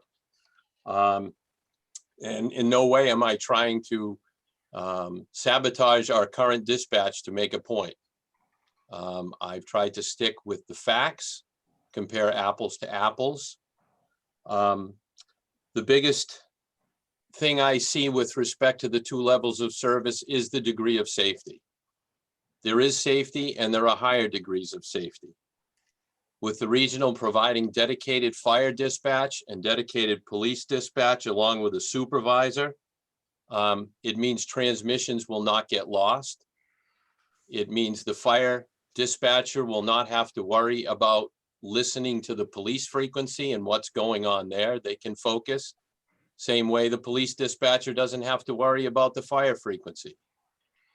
That the fire dispatcher has the firefighter safety in mind and the police dispatcher has the police officer in mind. And if calls come in, it's not on the back of one person to decide which one is the more important call or how they're going to devote their attention, whether it's a house fire or a domestic. And then add in a third call, and I know that dispatcher handled it, but throw in another call on top of that. Now they are overwhelmed. I've been in that situation as a dispatcher, and it's not a pleasant feeling at all. But with multiple dispatchers on duty at the regional, we would not run into that. They also have a supervisor on duty. If they need any assistance or they start to get overwhelmed or somebody needs to take over a call, the full-time dispatcher on duty can jump in and assist them at the regional. We don't always have that here. Maybe during the day when officers are around, they can assist. But after hours, we don't have that benefit for at least 10 to 15 minutes. And if we knew when the large scale incidents were going to happen and when the emergencies were going to happen, we can staff for it, but we don't. That's where we roll the dice. And more often than not, we come out ahead. But for that one time where you're going to have a serious fire and a firefighter in trouble and you have an officer on a traffic stop in trouble, now the dispatcher is put in a very precarious position. And it's about the safety of the firefighters and the safety of the officers. And we are a small public safety community. Pretty much any public safety event in town, fire and police are responding, which means there's radio traffic on the fire frequency and there's radio traffic on the police frequency. For example, when we had that accident on 128, we had a patient entrapped. We were calling for mutual aid fire trucks, mutual aid ambulances, a life flight ambulance, a life flight helicopter, and police were coordinating with Manchester Police, State Police, Gloucester Police, and subsequently they were able to get help and dispatch. But that was one of those situations that everything's happening in that first 5 or 10 minutes. And the dispatcher is the lifeline. Your radio is your lifeline. If you're a firefighter in a building, your portable radio and talking to your dispatcher is your safety net. When you're a police officer, which I have been in the past, and you're out on a traffic stop late at night by yourself, that radio contact to your dispatcher is your lifeline. And anything that interferes with that or interferes with their ability to pay attention increases the opportunity that something critical may get missed. I know too, the public safety with respect to emergency medical dispatch, that's a critical service that is performed on a lesser level here in town, where if somebody calls and somebody's having a heart attack, the dispatcher is able to go to a card system and give them CPR directions over the phone. However, here that's one person who has to stay on the call, who has to give those directions, and has to answer police on the police frequency and fire on the fire frequency. And that's why the National Fire Protection Association Code 1221 that governs dispatch centers says anytime you're doing emergency medical dispatch, you need to have 2 dispatchers on duty at all times because you don't know when you're going to do it. And that's as much as a benefit to the dispatchers as it is to the people on the other end of the phone and the fire police on the other end of the radio. And again, we will work with whatever way it goes. I mean, I know the dispatchers aren't fire department employees. So I don't have say on hiring and firing, and they don't work in the firehouse. They are part of a union. They're governed under police department policies, not fire department policies. So in those respects, I really don't have a dog in the fight. I'm merely looking at the facts of the degree of service and redundancy and the cost savings that the regional center can offer us versus what the current model is, or what the proposed model will be if we stay, which still will be closer, but still won't be the equivalent of the services we get from the regional. And the better service that we can get, the better service we can in turn deliver to the public. And that's all I have to say. Thank you for your time. Thank you, Chief. Okay, let me start with members of the board, and then we'll move out to public questions.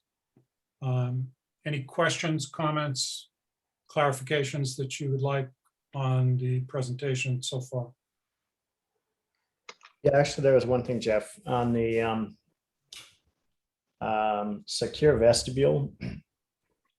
And this is a question for Todd. Originally, some years ago, when we looked at this, it's kind of my understanding that ultimately we're going to need to put in a secure vestibule regardless of which direction we went to.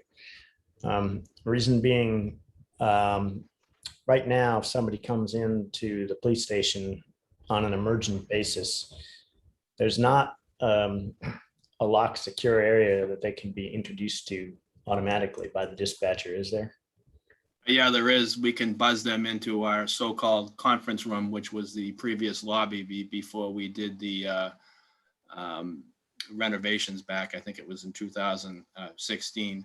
And part of this year's budget capital request was for a new access control system. So we're about to partake on that, and that will upgrade that system that we currently have, which was actually built by one of our officers and installed by them. So this new system will be a IT supported system from an outside vendor. Okay, so that'll allow them to have the inside door locked when they're buzzed into that room, so the person going in wouldn't have the ability to access the town hall and police station at that point. Yeah, that is correct. This new system will have an actually lockdown mechanism where they can lock down the entire police station at once. Okay, thank you.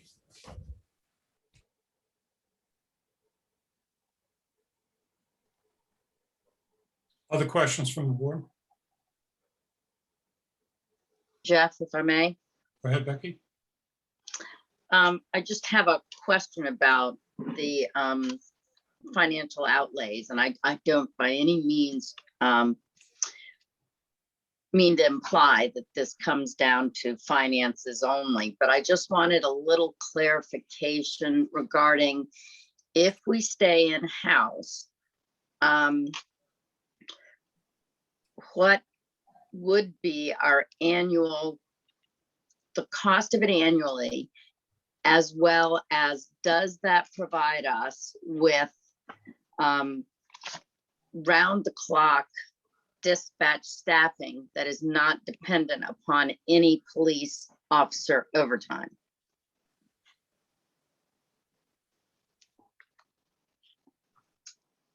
All right, let me make sure I understand your question. You're asking if we move to reinforce the system that we have now and maintain in-house dispatch. Is there any part of that option that would not require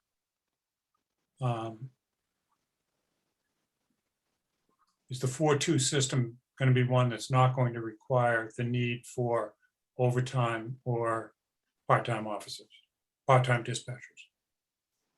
Is that what your question is?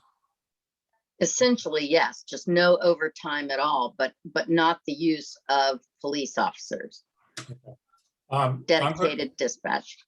I'm going to ask Chief Fitzgerald to clarify how 4-2 scheduling works in 3 sentences or less, Todd. I'll try. I'm just kidding. Whatever you need to clarify, because I think it's important that people understand that. So the 4-2 schedule is 4 days on, 2 days off on a rotating schedule. So each dispatcher, 4 to 12, 8 to 4, and midnight to 8 would be on that schedule. The fourth person, if we hire, would be on a split shift, which would cover the days off of the 4 to 12 and midnight dispatches. So theoretically, with no paid time off, there would only be 2 vacant shifts a week, which would be on the day shift that would need to be covered by part-time staff.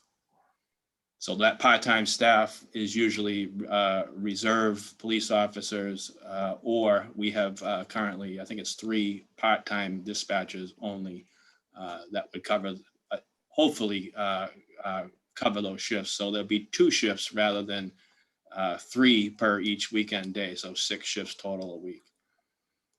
So by hiring another person, we're only filling 1 of 3 shifts. Is that correct? So we already have 3 full-time people. So Correct. hiring that 4th person, they would cover the days off of the 4 to 12 and the midnight dispatches. So they would be on a split shift, which means they'd work 2 4 to 12s or 2 midnight to 8s, and then turn around and come back at 4 o'clock. Usually it's Right. midnight to 8, midnight to 8, a short day in between, and 4 to 12, 4 to 12. I get that. I guess what I'm not clear on, I'm sorry, I'm not It's all right. getting this circled around my head, Todd, but it's, if I'm concerned with the hiring of another person and still having to use police officers, which would be overtime, especially if the state is phasing out the not fully accredited police officers and going to full-time, Yep. So not reserve. the reserve police officers typically don't make overtime because they don't work over 40 hours a week. So the reserve police officer, when he's on the desk as a dispatcher, he's a dispatcher. When he's out on the road, he's a reserve police officer. So he's actually trained for 2 different functions. So Will those be going away though? The reserve officers, didn't the state change if how the that? reserve officers go away, they're still trained as a part-time dispatcher. So we technically wouldn't lose them. They could still work as a part-time dispatcher. And so that full-time police officer then, when they're working as a part-time dispatcher, is that at their level of pay and overtime? That's when a full-time, we only have 2 or 3 full-time police officers that are trained, that maintain their training as a dispatcher. That was an option given to them, I think, back in 2016 or 17. that they could maintain it if they wanted to, because we were trying to get away from obviously police officers on Right. the desk because of the overtime costs. But they are basically used if we cannot fill it with a part-time dispatcher. So if we can't, it's those police officers are paid at police officer overtime pay, correct? Correct. Or Okay. if we have an extra person on the shift and we can't fill the dispatch shift, that police officer who is trained and is working the same shift sometimes will drop down and cover that dispatch shift. Okay, thank you. And then I guess this is probably more for Greg, this next question, but it's if we look to staying in-house, what is our all-in annual cost? I know that will change probably yearly, but just what are we looking at for Greg, for a ballpark figure for a year? So from an operating perspective, it'll increase, it'll likely increase a bit, but not significantly. So we're just over 400,000 all in right now. We would still continue to receive the 911 grant. So our net cost right now is in that 335, 336 range. Does our net cost go up to 350 if we hire a new full-time person? But we will be offsetting that by less overtime. So you have higher costs with the full-time person because of the benefits. But it's offset by not having as much overtime. You're not going to eliminate overtime, but you won't have as much. You're still going to have some backfilling. Nonetheless, I would say if I was guessing, our net cost, maybe increasing in the $30,000-$40,000 range at the outer limit. We will incur more capital costs. Certainly the CAD system. The CAD system is the biggest piece of that. Going forward, the computer-aided dispatch is what CAD stands for. So that's close to a $200,000 capital cost. We need that regardless. We need to have a better system anyways. We've been holding off a bit, just waiting for this decision, because it would, if we do go regionally, we have some alternative options there. But in any case, the capital costs in the $200,000 range initially, and then over the next four years or so, an additional 60,000 plus for upgrading other equipment needs. So even if we go to the regional dispatch, we're going to have to replace our CAD to somewhere around 200,000. No, it just depends on how we work with the regional center. The chiefs could probably speak more specifically to that. Yeah, So I can speak to that. We won't need the CAD if we go to the regional because they have it. The CAD's only necessary if we stay here. Thank you for clarifying. So all the capital costs will occur when we stay. Almost, and Greg can correct me, almost all the capital costs will disappear because those upgrades will all be absorbed by the regional center. Yeah, Thank you for clarifying. Right, in terms of computer-aided dispatch, Chief Cleary is correct. I still think we have some needs for updating some of our internal software. It won't be as expensive as the CAD, but he's correct. But still a cost that we should factor into how we weigh the various options. Yes. Thank you, everybody. All done for now. Any other board questions? I have a question, Jeff, actually a question of both chiefs. And I think there are 5 communities now that are associated with this regional dispatch operation up in Middleton. 2 of the communities I know are proximal to us, Essex and Wenham.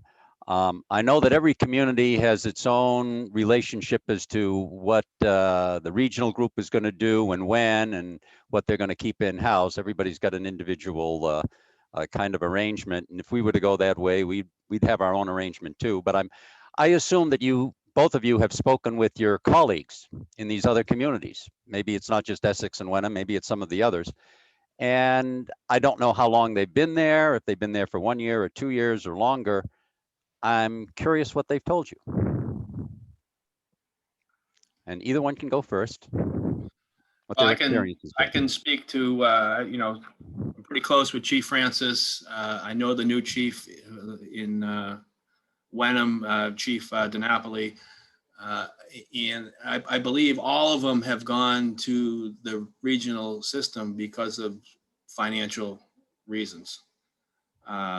They all say, to me anyway, that there were a lot of startup issues in the past.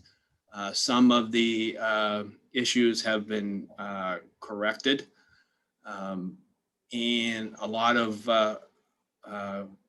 equipment that was promised is either delayed or has been delayed. But ultimately, they finally got, I guess, what they needed. The Topsfield chief, I know very well. His comment to me was if he could return to his own center, he would. But the Topsfield's decision was strictly financial. So I've talked to the chiefs on the fire side. The benefit for all of them has been financial. I know for Middleton, it allowed them to put an extra firefighter on the floor and either riding the engine or the ambulance when their dispatch went away. But all the communities that I have spoken with said they haven't had any issues. They've worked them out. They've worked them out through the board over time, how the regional center has been standardizing the policies and procedures or how they dispatch for the various communities. Even to the point where the regional center is looking at standardizing a main dispatch frequency for all the fire departments, which free up all the second frequencies to have dedicated fire ground frequencies when there are incidents, which is another benefit of the regional system. So I haven't heard any complaints from the fire side. I don't know how long these communities have been associated with the regional dispatch operation. I know it had problems several years ago, but since about 2 years ago, in middle of 2019, it shifted over to a state managed operation, and things have improved dramatically, I guess, in the past couple of years. But it was rough going back in 2015, 16. I hear. Now, I don't know. Have those communities had a long-term relationship with them, or is it fairly short? I don't know. My understanding is most of them are part of the original. Most, Okay, if so not all, are part of the original group that stayed throughout the changes that started at the beginning and then hung on to it. So they saw the difficult times and the smoother times, shall we say? Yes, and they have definitely noticed an improvement. Okay, thank you. I'm aware of the fact that the town of Ipswich is in serious conversations with the regional center about joining. And they haven't signed the letter of intent yet, but they appear to be very close to making that decision. And I also heard today that North Andover is also considering that regional system as well. Yeah. It's So not- there are towns that are moving towards it. And looking at the facility that they have, there are 10 consoles in the regional area of the facility. That's one room. And they're using a maximum of 5 of those consoles, one for the supervisor and for the day and evening shifts, the 4 dispatchers. So they have room for expansion.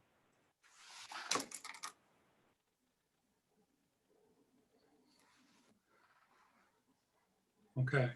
John, any other questions? I'm good for now. Thanks, Jeff. Okay, Ann? My only question at the moment is for Chief Fitzgerald. In the 4-2 system, how do you handle holidays and vacations? Well, vacations would have to be backfilled by part-time staff, and on the 4-2 schedule, the full-time people are it's part of their daily routine. They don't get those days off. So they don't get off, they don't get any compensation for working on the 4th of July. Well, they, obviously it would have to be worked out through their collective bargaining agreement, but they would probably end up getting holiday pay like most of the public safety people do here in town. And I think that's like an industry standard as well. Thank you very much. Eli? Nope, I'm good right now. Okay. Greg, do you have anything you want to ask or add? No, I'm good for now. Jeff, can I make one more comment? Sure. I understand that the board's gone to the regional center to visit that, but I would invite anyone who wants to come in and see ours and how we operate. I would welcome that, as well. So I just wanted to put that out there. I was going to approach you about doing that. Yep. It's been in the back of my mind and hasn't made it to the top of my schedule yet. Yep. Okay. Like I said, I just want to throw that out there. See you tomorrow, Todd. Okay. I'll be in tomorrow. Okay, so if there's no further questions out of the board or comments from anyone else who's been presenting, I'm going to open this up to the public. But first, before I do that, I want to emphasize that this is a public forum. It's not a forum for making accusations. It's not a forum for arguing.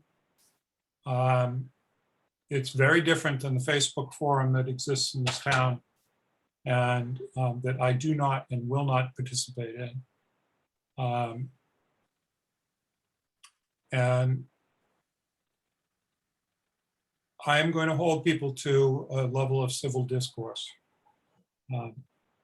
Looking at the two people who have their hands up right now, I don't expect that that's going to be a problem, but I'm going to hold people to a level of civil discourse. And if you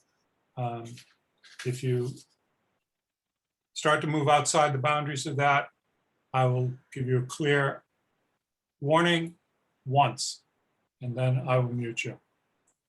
Okay, so I want to keep this as a clear, fact-based discussion of what our options are, what we're facing, what the costs are, and what options we give up by taking either of the two routes. The other comment I wanted to make was about this is not outsourcing dispatch. This is a different model, and I think Chief Fitzgerald framed that very nicely. This is a different model of doing dispatch that provides us with, the regional center provides us with some things that we don't have in town. So having said that, I'm going to open it to comments from the public. I'll start with John Carlson and then go to Sarah Mellish because you both had your hands up. Let me start with John. Go ahead, John. You want to unmute yourself and identify yourself and where you live. Sure. My name is John Carlson. I live at 9 Walker Road, Manchester, Mass. First, I'd like to say thank you very much for everybody's presentation, Chief, Fire Chief, Police Chief. You guys spoke very well. And Jeff, your presentation in the beginning was very good. I have really two questions. No accusations, no arguing. The first question is, Jeff, when you were talking in your presentation, I believe, and I'm using the term I believe, I heard you say that when somebody calls 911 from their cell phone, that it's automatically routed to a separate dispatch center and not to the local one. Okay, I can respond to that. You want to hold your second question? Let me respond to that. Yes. Okay. That would be outside the limits of Manchester by the Sea. If you call 911 and you're inside the GPS limits, that's how these things get identified, of Manchester by the Sea, and your cell signal is not straying into Essex or straying into Hamilton, then your call will go to the dispatch center at our police station, the 911 cell call. Okay. So in the general community of Middlesex County, except in those towns and cities that have their own dispatch, they serve 911. The regional center serves 911. And what I was trying to emphasize is it's a different operation. It has different administration. It has an overall administrator for the whole regional center. But the 911 is administratively separate from the town regional center. Okay. Does that clarify it, John? Yes, it does, because it just makes it clear that even in our current situation, you could still be living in Manchester, and if your cell signal strays to a different area, it's going to get picked up by the regional, which then in turn is going to map it back to Manchester. Correct. Okay. So the second question is, and this goes to Chief Fitzgerald, is we were looking at technology. If you look at technology, technology turns over very fast. We're talking about a short-term, very much needed now, new CAD equipment, other additional software upgrades. The state is offering 10 years. So if I had to ask you, Chief, the two chiefs actually, if you had to look 10 years out, how many times do you foresee the costs for upgrading your CAD and your hardware? Because if we're really looking at this, I believe we should be looking at the costs over 10 years.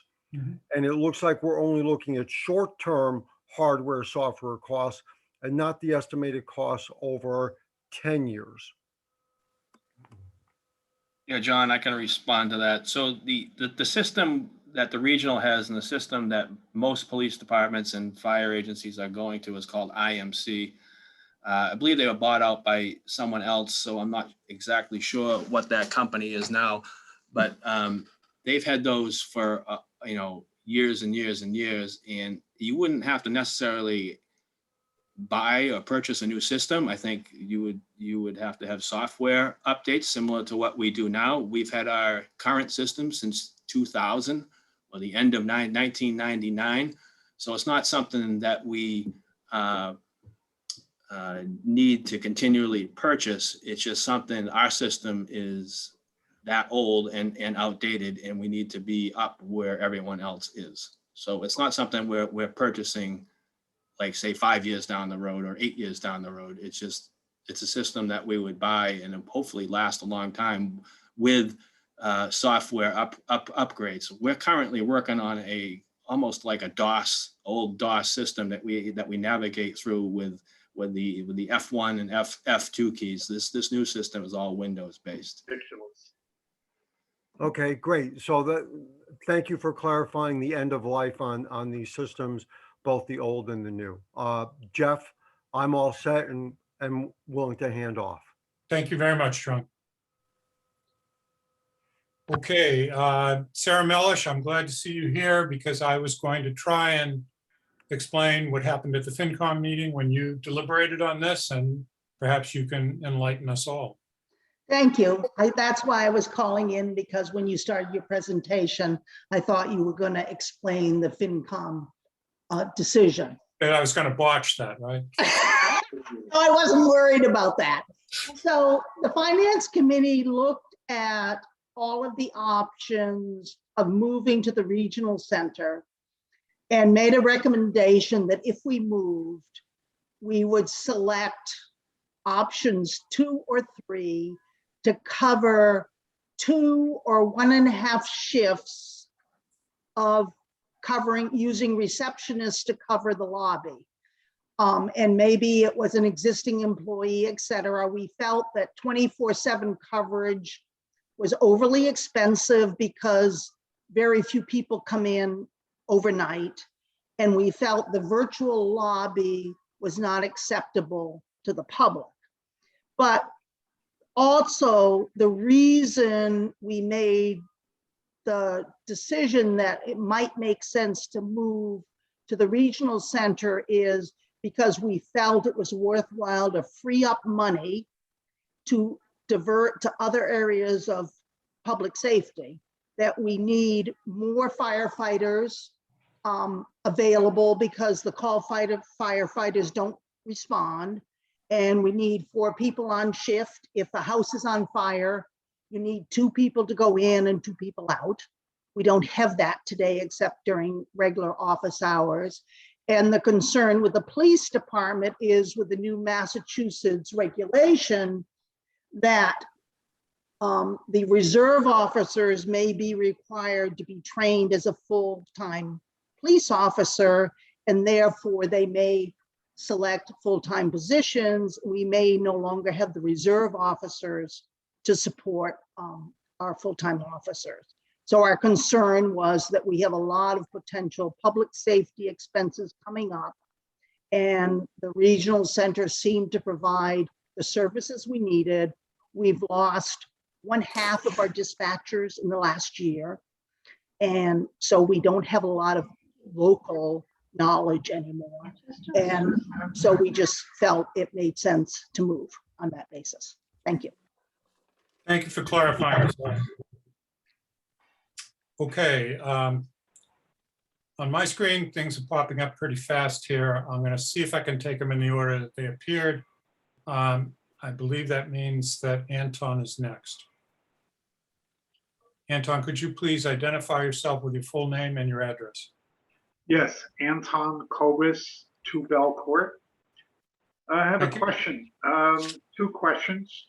Why, over all these years, with the really antiquated police department equipment on hand, why has the town failed to continually operate them or fund them to get the latest equipment as being one of the most needed protection services for the town?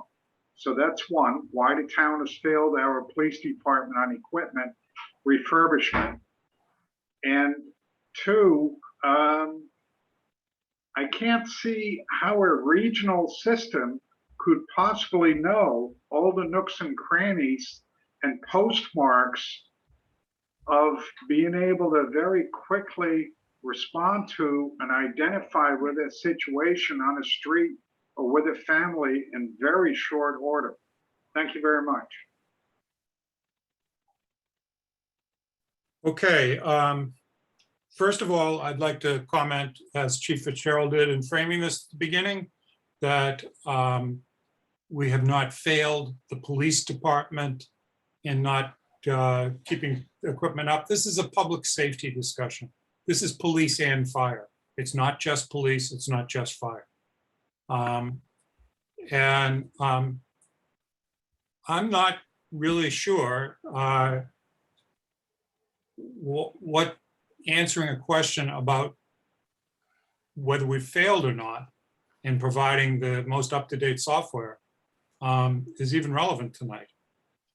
We're making a decision about where we're moving at this point and what we're going to invest our town funds in going forward. And so, you know, going back over things that happened in the past is not going to be, I think, a useful way to take this discussion. So what I'd like to say is that previous boards have made their decisions. This board is about to make their own decision about the dispatch and where we're going to head as a town. Second question, Anton, help me again, because I can answer the second question if Go you ahead. like. With respect to that, it's how the database is set up. One of the ways they can identify is the GPS location of where the call is coming from. And it's how the database is built. So it could be built on the current Smith residence at 10 Main Street.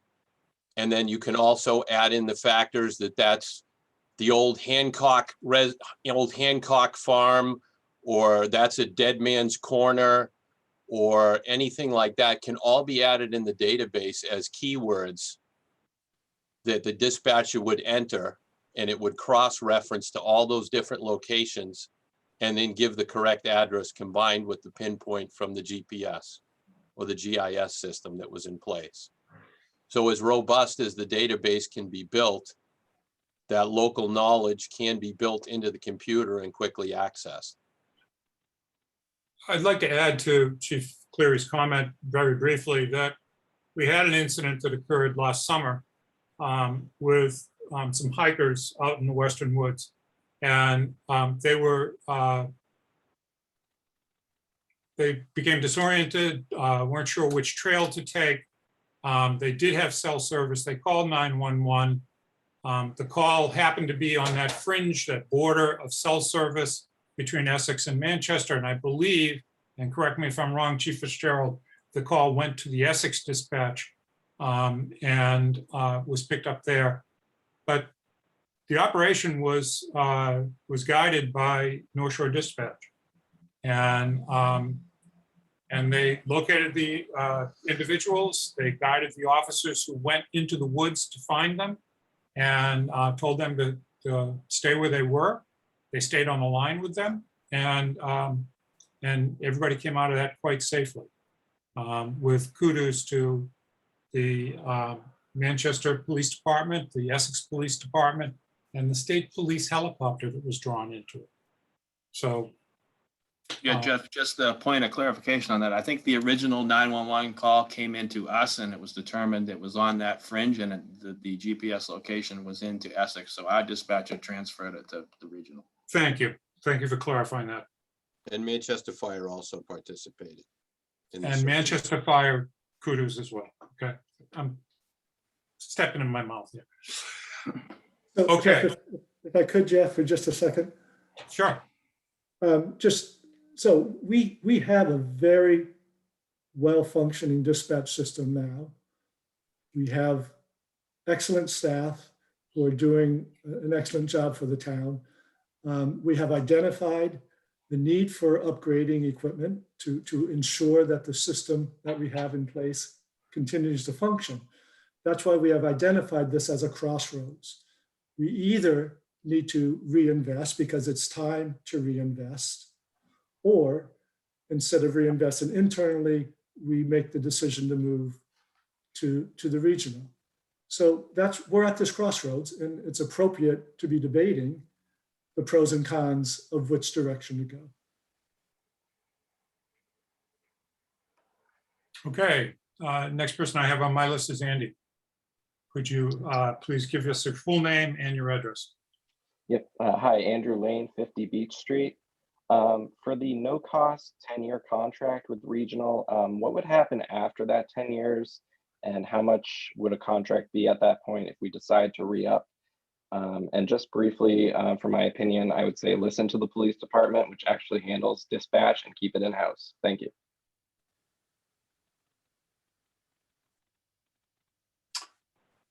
In terms of the cost beyond the 10 years, there's not a quoted cost from the regional center.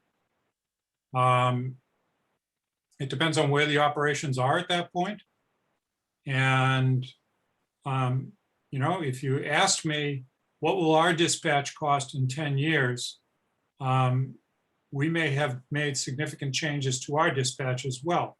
So whichever direction we move in, to be able to quote what's the next 10 years going to cost is challenging at best. I think we take the guidance of the FinCom on this. And thank you for your input in terms of retaining services in town. Okay, Sandy, I think you're next. Okay, thank you. Sandy Rogers, 82 Old Essex Road. I have a question regarding staffing protocols. And just curious what the standards are. If we have one person on right now per 5,500 people in town that we have, that's like 1 to 5,500 per capita. Right now, it looks like with Manchester included, it would be 47,000 people per capita. So that means if they're guaranteeing at least 4 people on, that's only 12% of what we have coverage already in our little town. And then if they add Ipswich and North Andover, so is there some negotiations or what kind of say will we have into having the staffing up to the level, especially when they're saying that they guarantee that they stay on a call? That means one person has to stay on a call with someone and they're in all these other different towns. So that's one of my questions, and I'll leave that before I add my other questions. Okay, who would like to handle that? I could respond to it, but I would like to have any input from anyone else first.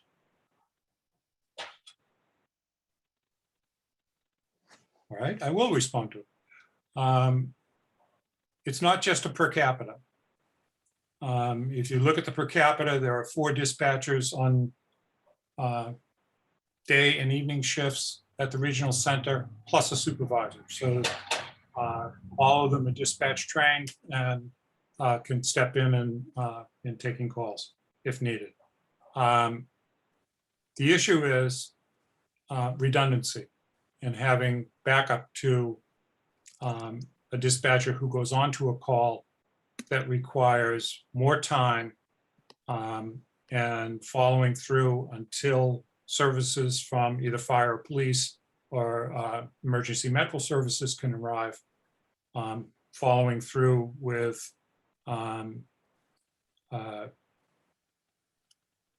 interim and short-term first aid treatment for the individual until emergency medical services can arrive on a medical call. It's having the backup and having no split attention for that person. Dispatch calls don't come 5 at a time very often, but calls come in for a lot of different reasons. And having one person in that seat, and I'm really am clear that our dispatchers have done a wonderful job trying to do this.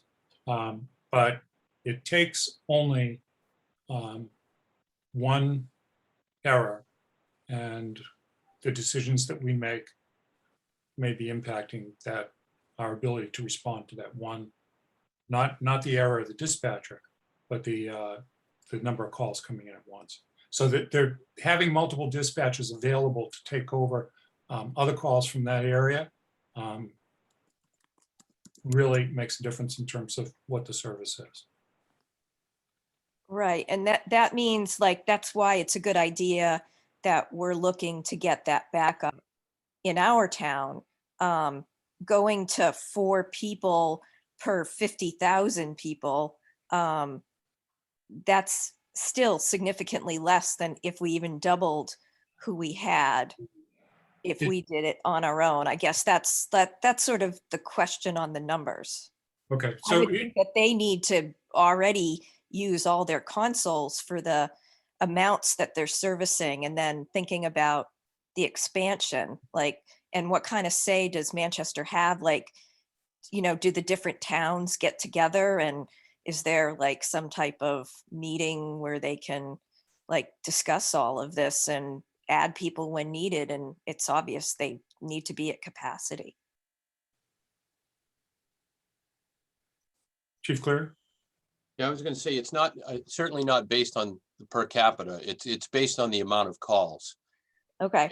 And they determine up there the number of staffing they need to handle the number of calls. And should more communities come in and the number of calls they have to handle go up, then they would need to change their staffing model. And there's only using 5 consoles, but they have 10 available. Which means if there was a surge in communities joining and an uptick in calls, they might decide that they need to have 5 and a supervisor on for the busy shifts, and they still have the console positions available. So they're constantly monitoring what the call volume is and the number of dispatchers required to handle that call volume. And that's what they based it on. And it is the redundancy. It's not how many dispatchers you have on staff, it's how many you have on duty at one time to handle multiple calls. So even if we doubled the staff here, but still only had 1 dispatcher on duty, it wouldn't be providing or allowing for the same type of call volumes to be handled as opposed to having 4 people or 5 people on duties all at the same time. And that's where the difference is. Okay, that's really helpful. Thanks. You're welcome. The other question is, I think that we do some DPW coverage off hours, and curious about harbor coverage, and like, is this center okay to cover all that too? Yes, we've asked that question 9 ways to Sunday. And they have the ability to handle those calls and to direct them to the responding services within the town. So in terms of DPW, there's a DPW worker who takes the phone and is on call. And our dispatcher would call that person if a DPW call came in. If it goes to services are moved over to regional dispatch, they would also handle it the same way. They would get in touch with the DPW Okay, great. on-call person. So yes, they're very aware of that, and they handle lots of different types of calls. In fact, in a phone call I had with somebody from the dispatch center to clarify a couple of things for tonight, he explained, if you let us know that you were having this big event and what the hours were of it, I would, our dispatchers would know that, and they could provide that information. Okay, great. So, it's an issue of us communicating with them what we need and being clear about our needs. Okay, and one really quick question, because I don't No, want to. Sandy, I'm going to have to stop you Just because one question No, is, Sandy, I'm going to does have this to. have to be a 10-year commitment? It's just the. I'm sorry, Sandy, I'm going to have to stop you. You've had 2 questions and 4 or 5 minutes. I've got 5 or 6 other people waiting in line, and I'd like to give them an opportunity to ask the questions that they have. So the next person that I have up is Ray. I think Ray went off. Okay. JM, could you please unmute yourself and identify yourself by full name and location? Evening, sir. Unfortunately, due to my job with the government, I'm unable to actually provide that information publicly. So I do apologize gratefully. Okay, if you can't provide the information, I'm not going to allow you to speak because I need to know that you're a resident of this town. So good night.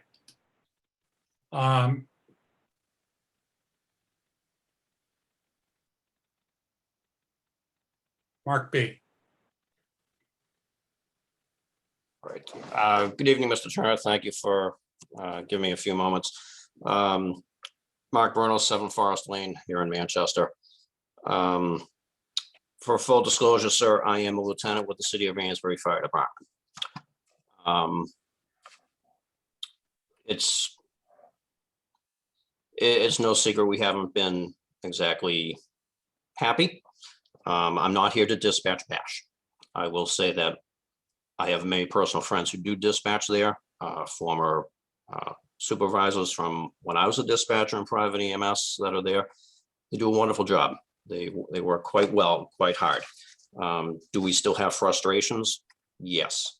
Yes, we do. I'm still getting inaccurate dispatch times. I still get dispatched to incorrect addresses, things of that nature. I don't want to go on too much because I don't want to be negative, but I do have a possible suggestion, alternative to other things. Has there been any consideration to keeping police dispatch in-house, take the fire dispatch, and have another community, not necessarily regional dispatch, do it? If you look at the city of Lynn, for example, Lynn dispatches for Swampscott and Nahant. Is there any possibility, any thought process to perhaps Manchester being dispatched by Beverly? Beverly can already handle it. They have 2 dispatchers on duty. They're a larger center. When fire departments in this area get beyond second and third alarm fires, Beverly control automatically takes over. Is there any consideration for that at all? Thank you. Greg, do you want to try this one? So it's not an option for the North Shore Regional 911.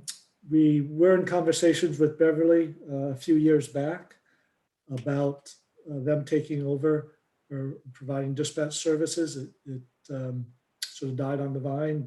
They ran into issues and decided not to pursue it any further. It's something we could try to revisit. There'll be a cost. They won't do it for free. But it is something that we could try to open up new conversations again to see what those options and costs might be. We'd have to compare those costs to what if we put those same dollars into our own dispatch, and could we get closer to that gold standard of having always 2 on? No, of course, I do understand the cost issues. I just hope that Manchester doesn't have some of the issues that we have had.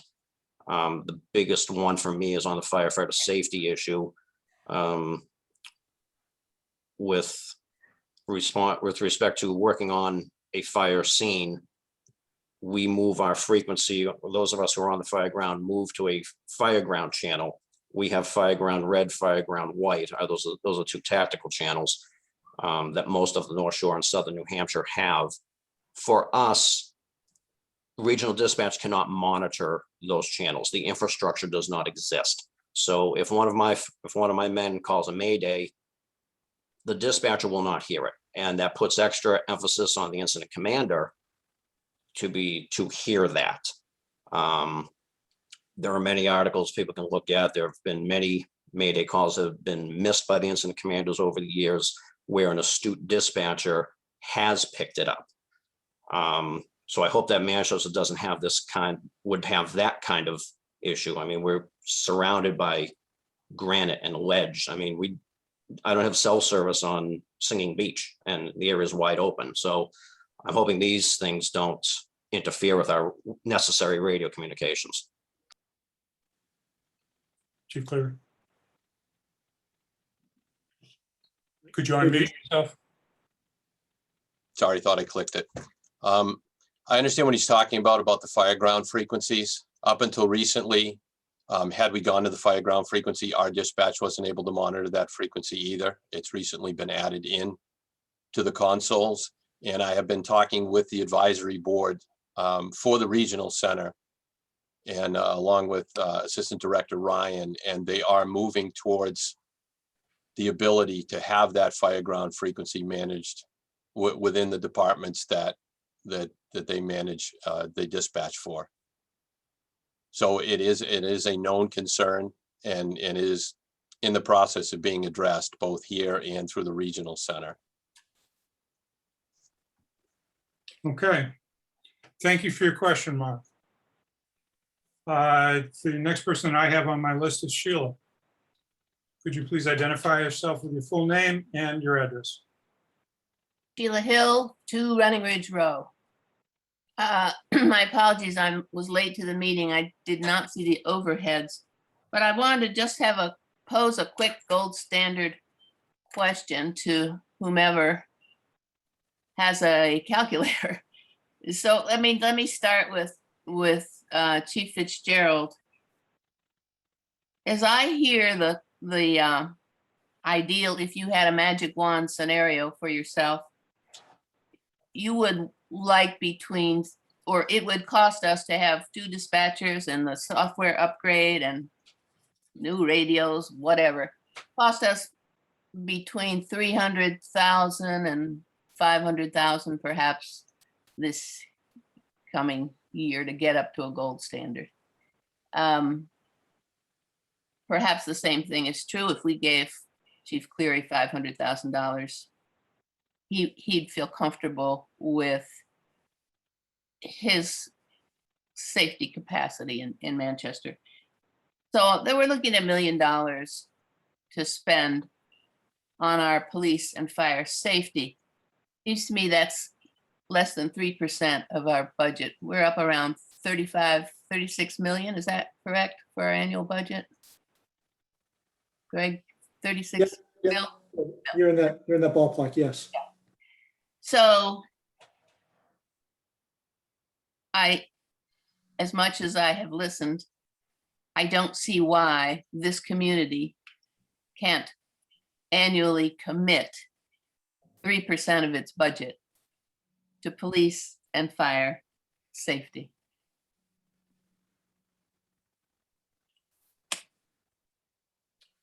Okay. Greg, do you want to respond to that, or do you want me to take it? Well, so another million, right, is another 3%. That's on top of the 3 million we're already spending on public safety. So now you're up to 4 million, which may be an appropriate amount to be spending on public safety. That's a community decision for sure. You know, we've been sort of weighing the desires of the preference for the local control, local small town approach, versus, and it's been posed as that, versus sort of the gold standard of always having 2 on. Well, if we want to spend the money, we can have both of those. We can double the cost of our current dispatch. So instead of spending 400,000, we could spend 800,000 a year on our dispatch, and that would get us the 2 on. And that's a decision that people can make. But what people are going to make that decision? I don't see that. I don't hear that being discussed with equal viability to the handing off scenario. Yeah, I disagree. I think all the options are on the table. So this is part of this forum is to hear people's preferences for what option they want. That's why those numbers were presented at the beginning and walked through so carefully by Jeff. So I think we are considering all the options, and if that's the decision, that's a valid decision. So you know, we have other challenges too. So we have the other challenges of staffing both police and fire that are looming for us. Becky referenced it, or perhaps Sarah referenced it, in terms of not having the call firefighters to rely on. So does that mean we need to have 4 firefighters on 24/7 because we don't have the call? If we lose our reserve officers because of the new requirements for them all to be fully academy trained, and they're getting full-time jobs and not going to hang around for the reserve position. So we may need to hire more on the police side too. Now, again, that's a choice. We can decide to spend, well, we can spend $5 million on public safety if that's what the voters wish. That's fine. Yep. It's okay. Thank you. Thank you, Sheila. Next person on my list is Amy Battis. Hi, I'm Amy Battis and I live at 23 Desmond. Thank you. In an effort of full disclosure, my father was part of the decision-making team at Beverly Fire Dispatch when the regional center first went in. He was part of making the decision not to join. My question is, for our two chiefs, just as important as what the departments that are part of regional dispatch have to say about their experiences, I'm curious if you've had any conversations with your colleagues in the towns and cities who have chosen not to participate in regional dispatch and what they're sharing for their rationale or their reasoning why not. Well, I can go. I've talked to some of them. Most of the ones in the area are the larger communities that are going to run their own, similar to Newburyport, Salem, Gloucester, Beverly, Danvers, Peabody. They're large departments, and it's been integrated into the fire department itself with respect to dispatch. But now you're seeing people like North Andover and Ipswich that are starting to look at it because the model benefits the smaller towns and frees up money and gives them the amount of personnel they wouldn't be able to afford to hire and staff themselves. So I haven't heard anything definitive from any of the towns that haven't, other than whatever system they're doing works for them at that time. Yeah, I can relate to those comments from Chief Cleary, sort of. The only other department that's not in it that I'm very familiar with is Georgetown, and they're very similar to us. They have I'm not sure if they have a full-time fire department staff, but they staff an ambulance, which is BLS. And the police department is similar size to ours. And the chief over there, who I'm pretty close with, says that they are happy with their current system. The townspeople are happy with their current in-house system, and that's why they have just not moved to the regional center. Okay. Okay, thank you. Thank you. Thank you, Amy, for your question. The next person on my list is Jeff. Hi, Jeff Delaney, 10 Ancient County Way.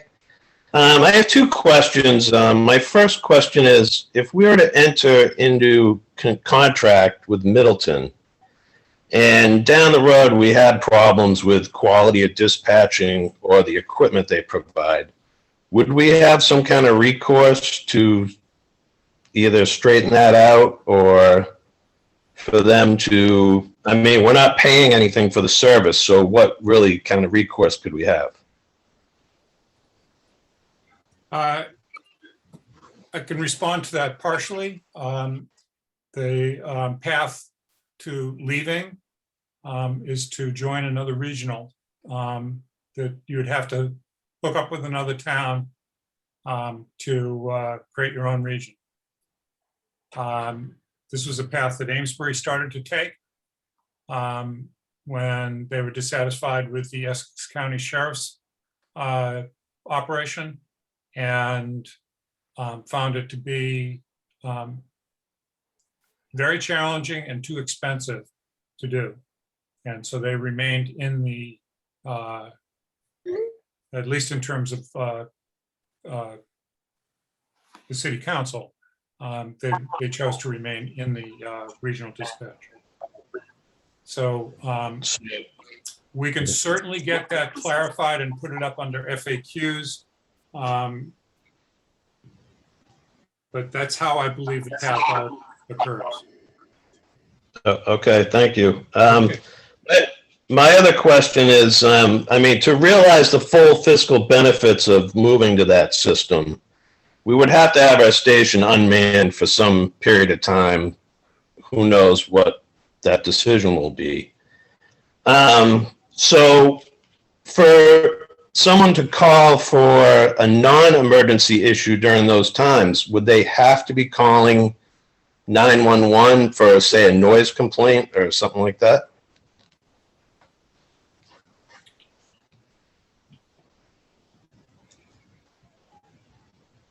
No, you can still call the 1212 number and it would be answered. It could be answered by dispatch and then they would handle it and pass it on to the officer.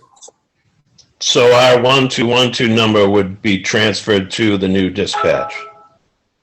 It can be, yes. Okay. Okay, thank you. That's my question. Thank you, Jeff, for your questions. Okay, Christina Delicio, Hi, good evening. Thank you. Can you hear me? I can. Okay, great. So this is a lot of great information. Thank you, everyone. Could you And stop for just a second, Christina? We need you to identify yourself by Oh, I'm your sorry. name, which is up on the board, but also your address. 6 Lincoln Avenue. Thank you. Thank you. Sorry about that. So this is a lot of great information. Thank you very much. I guess I've listened to the FinCom the other night, the scenarios.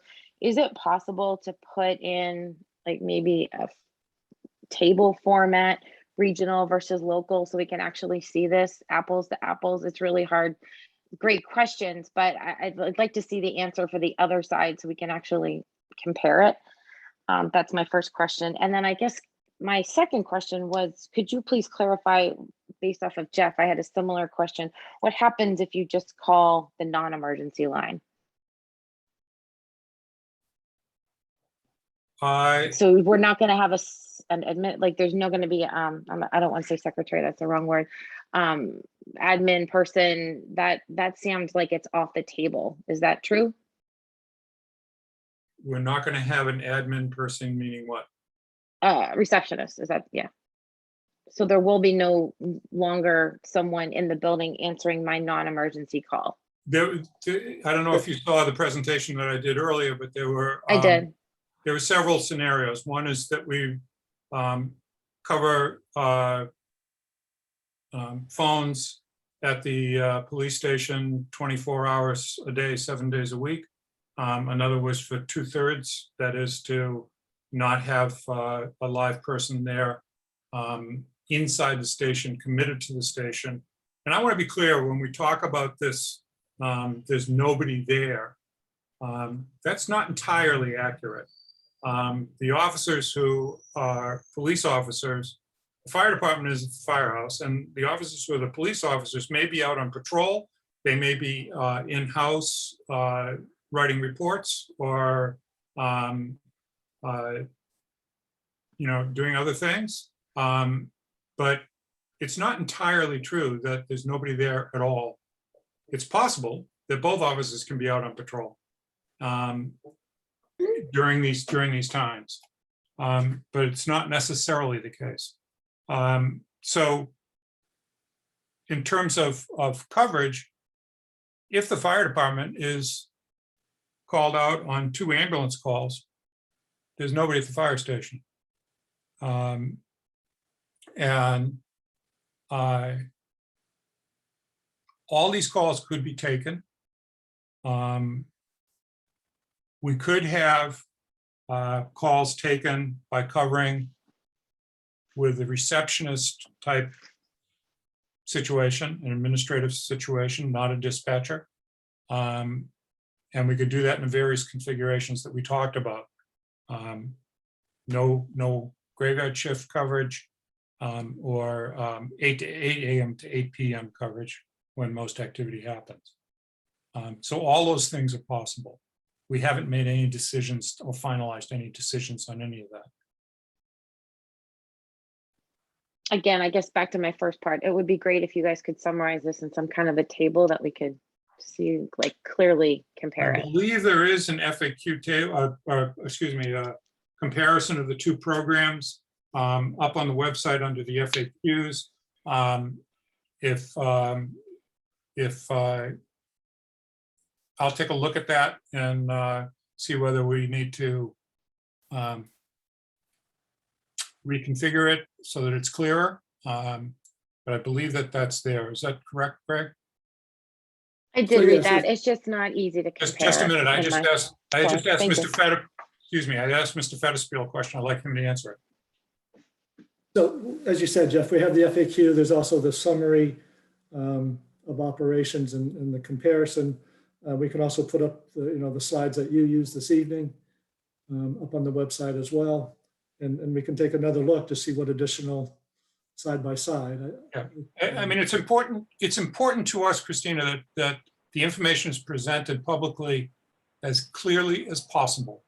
And so we'll take another look at what we have and see whether we need to add to or reorganize it so that it is clear. Thanks. Okay. I'm going to say, here we are at 9:46. We still have strong participation in terms of 68 people listening in or participating in this conversation tonight. But I don't see any hands up right now. And well, I take that back. Kathy Bellata. So we'll take Kathy, and then I'd like to try and bring some closure to this. Okay. So Kathy, if you could identify yourself, first and last name, and your home address, I'd appreciate that. Thank you very much, and I will be brief. This is Kathy Bellata, 21 Pine Street. First of all, I do want to thank the board and Town Administrator Federspiel for looking at this issue very fairly and with data. Two comments. One is that I agree with the prior speaker that it would be extremely helpful to have a kind of a table format with the financials at least 5 years out. I think one of the first public speakers mentioned that the cost information, while helpful, didn't look at the cost for a 5-year or 10-year plan. Mm-hmm. And I do have the background in this area from a slightly different perspective. I'm a former information technology and shared services executive for a Fortune 100 company. And so I have a lot of experience looking at these types of business cases. And I just want to support the two prior comments that at least a 5-year financial plan looking at the specific details categorized by level of service expected and the metrics that the regional center is currently performing at.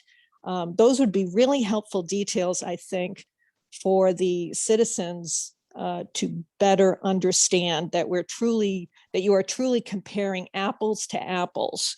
Because when these types of regional service agreements go forward, if they are not successful, it's usually due to misaligned expectations. And so the devil is in the details, and it is my hope that the Board of Selectmen and Town Administrator have significantly more detail than what has been shared through the FAQ and the other documents on the website. And I think that would help the citizens understand quite a bit. Thank you very much. Thank you, Kathy. Sean Daly.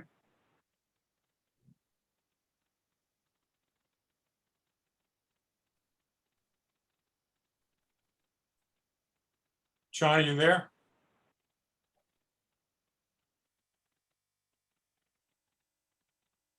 Okay.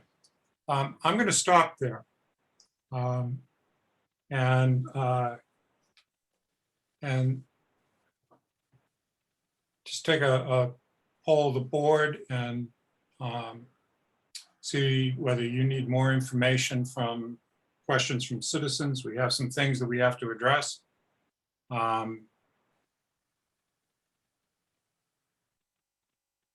How's the board doing?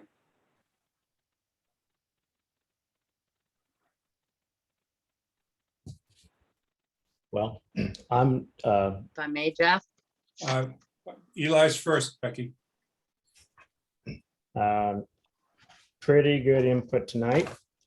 I was happy to hear a lot more people participating. I think we do have a little bit more digging to do, but I did find this useful. Okay. And I'd like to thank the staff for the work they put into this so far, and And I think I'll leave it there. All right. Becky? What Eli said. I'm what I sorry, was gonna but you may say. not have heard Eli start. Eli started to speak and then you started to speak, and that's why I jumped in and said he's first. Okay. I keep freezing, so sorry. No, just no. I basically, it was just gonna be what he said, so I'm all set. Thank you. Okay, you always have the option of a long sleeve shirt. John, Ann, Yeah, no, I'm satisfied.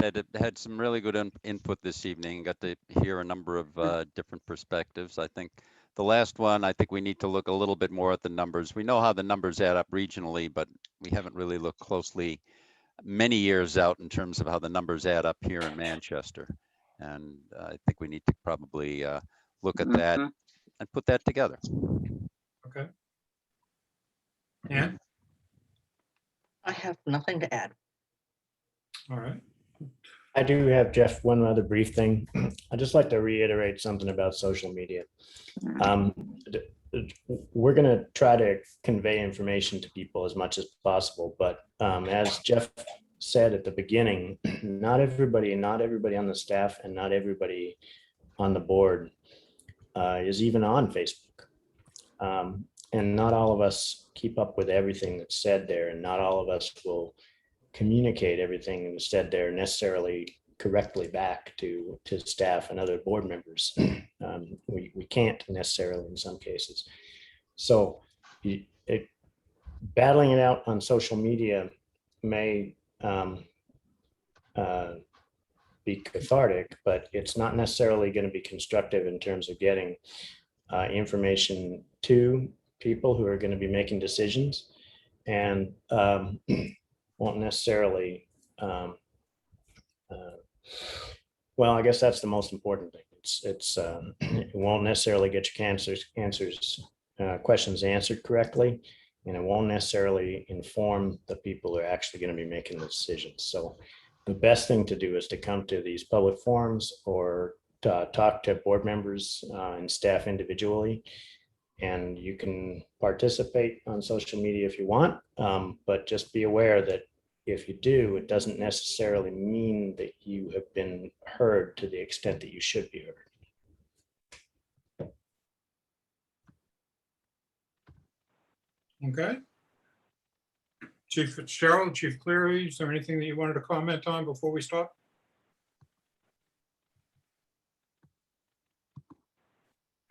Todd, your lips are moving, but I can't hear you. Sorry. No, I was going to say I'm good. I just want to thank everyone that was on this meeting tonight. Again, I think it's an important decision that the board gets, or important that the board gets the proper information and feedback from the residents.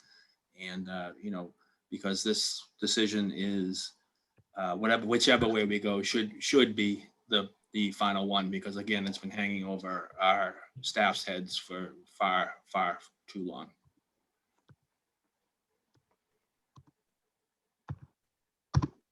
The only couple comments I'd have, I agree with Chief Fitzgerald about it coming to a conclusion, and that'll be good. The only thing I want to mention that might help people is that here at the fire department, as well as the other departments, on the new phone system, we have a phone tree. So if we're not here and somebody calls, they can leave a message for me in my box. They can leave a message for the duty shift. And if it's an emergency or a non-emergent call, they can press a button and immediately get a dispatcher to speak to. And that system can integrate with what the regional offers. So you can still leave a message. You can still get a message to us. Again, our station is dark every time we go out. We have several walk-ins during the day, people looking for trench permits and building permits and fire inspections, and they come, and if we're not here, they either leave a note, they come back later, or they call and leave us messages on the phone, and we call them back. So we're still able to communicate with the public, because we don't have an administrative assistant or a secretary sitting up front at any point. So, but I do thank everybody for their time and their participation this evening. Mr. Fetterspiel? I'm good, Mr. Baldwin Turner. I thought everyone presented well and spoke well, and it was a good evening of listening and learning. I would really like to thank the people who came to listen and the people who came to share their ideas and their concerns. I think that this is a positive discussion and covered a lot of different areas. We've got some work to do. I'm thinking that we're probably going to be having another community forum, certainly before we make this decision. And that's going to be sometime before the end of September. So, and you know that you can also email us and raise questions that you have. We'll try and address them as we can. But I appreciate everybody's efforts to stay focused and on task. And I apologize to the people that I had to stop. But I wanted to make sure that we get as much of a broad participation as possible. So with that, I'm going to move back to our agenda because we do have an agenda. And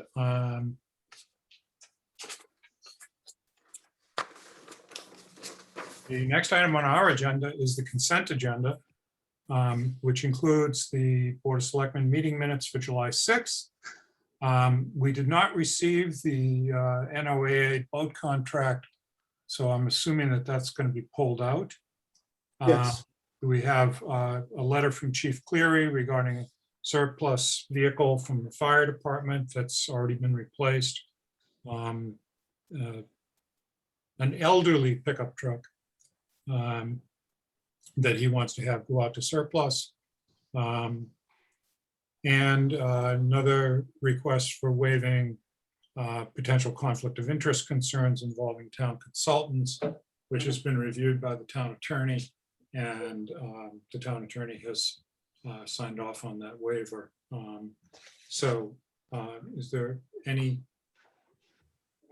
questions, holds, or whatever that you would like out of the consent agenda?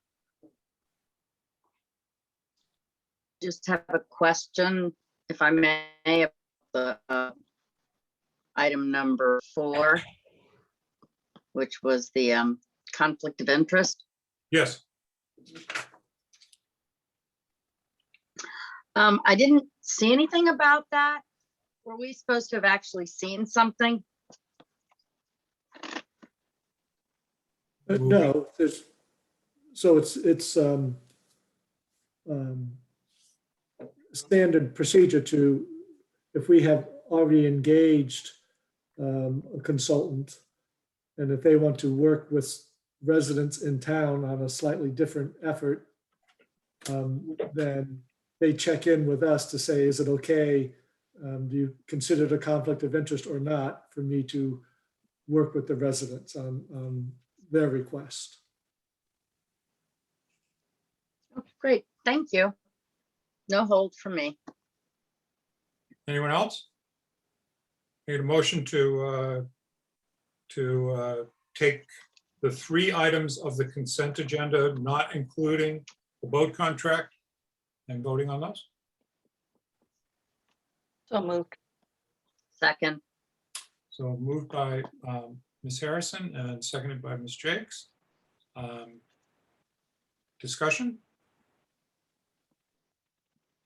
Roll call. Ms. Harrison, Yes. Mr. Round, Yes. Ms. Jakes, Yes. Mr. Bowling, Yes. Mr. Bodman Turner votes yes. Okay, town administrators report. Yes, I think pretty self-explanatory here. As I mentioned, we had a good visit with Representative Moulton. He was viewing the Central Street Culvert and Sawmill Brook Restoration Project proposals. We do have a FEMA grant application in for $4.5 million to help with that project. It'll be one of our larger infrastructure projects in recent years. So we're hopeful that we will be successful in that grant application. We will hear about that finally, a final decision come late fall, by December. If the funding comes through, we would be ready to move forward with the project basically a year from this September. It will be a disruptive project as we work on Central Street right next to Seaside One, and where Sawmill Brook empties into the Inner Harbor. And so we will have to be creative on how we might mitigate some of the disruption that this project will cause. So we will be working on that as time gets closer. Obviously, if the funding does not come through, we will try to pursue some alternatives, or we may be asking to dip into that fund balance that we have, because it is a critical project, and it will. We've been able to patch the culvert for the last few years, but we're a bit on borrowed time, and so we do need to be moving forward on that fairly soon. So we'll keep our fingers crossed that funding comes through. Union contracts, we did not get ratification from DPW union, and I will have more on that to you soon.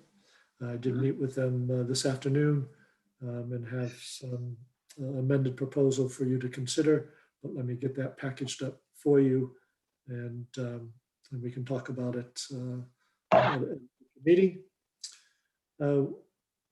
The 40B project, the SLV project, we have not heard yet from Mass Housing regarding project eligibility. We did hear from the Massachusetts Architectural Access Board, and they did issue a formal opinion stating that the project would be required to have accessible sidewalks. So they have issued that based on our request, and so that is a helpful step. Just one of many, but nonetheless a helpful step. And then as part of upcoming meetings, we need to look at my evaluation. We should have done that a couple months ago. Obviously, with everything going on, that did not happen. And so we do need to do that. It'd be helpful to me. I think it'd be helpful for the board. And then talk about a new contract as well. So that's all I need to go over this evening. Okay. Final item on the agenda is other matters. This may not have been reasonably anticipated by the chair. There were some too late, not late, but after the agenda was posted, emails that came in that are relevant and people should know about in the town. And that one in particular is that Steve Gang of the Conservation Commission, I want to draw your attention to the email that he sent out this afternoon at 4 o'clock. And that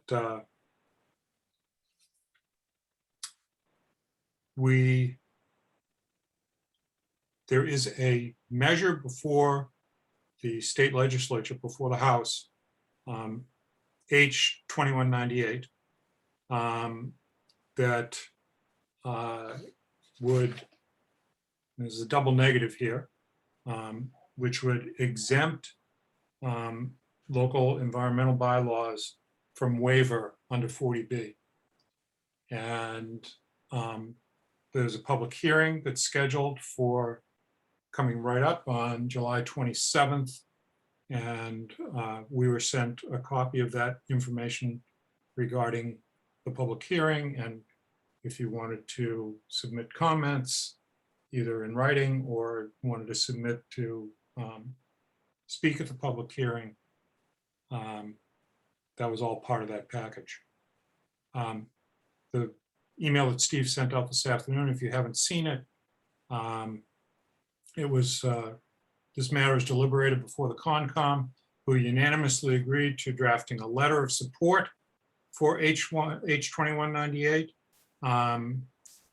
Several commissioners provided points for that letter, which is nearly complete. Steve Gang, who's the chair of the Conservation Commission for Manchester,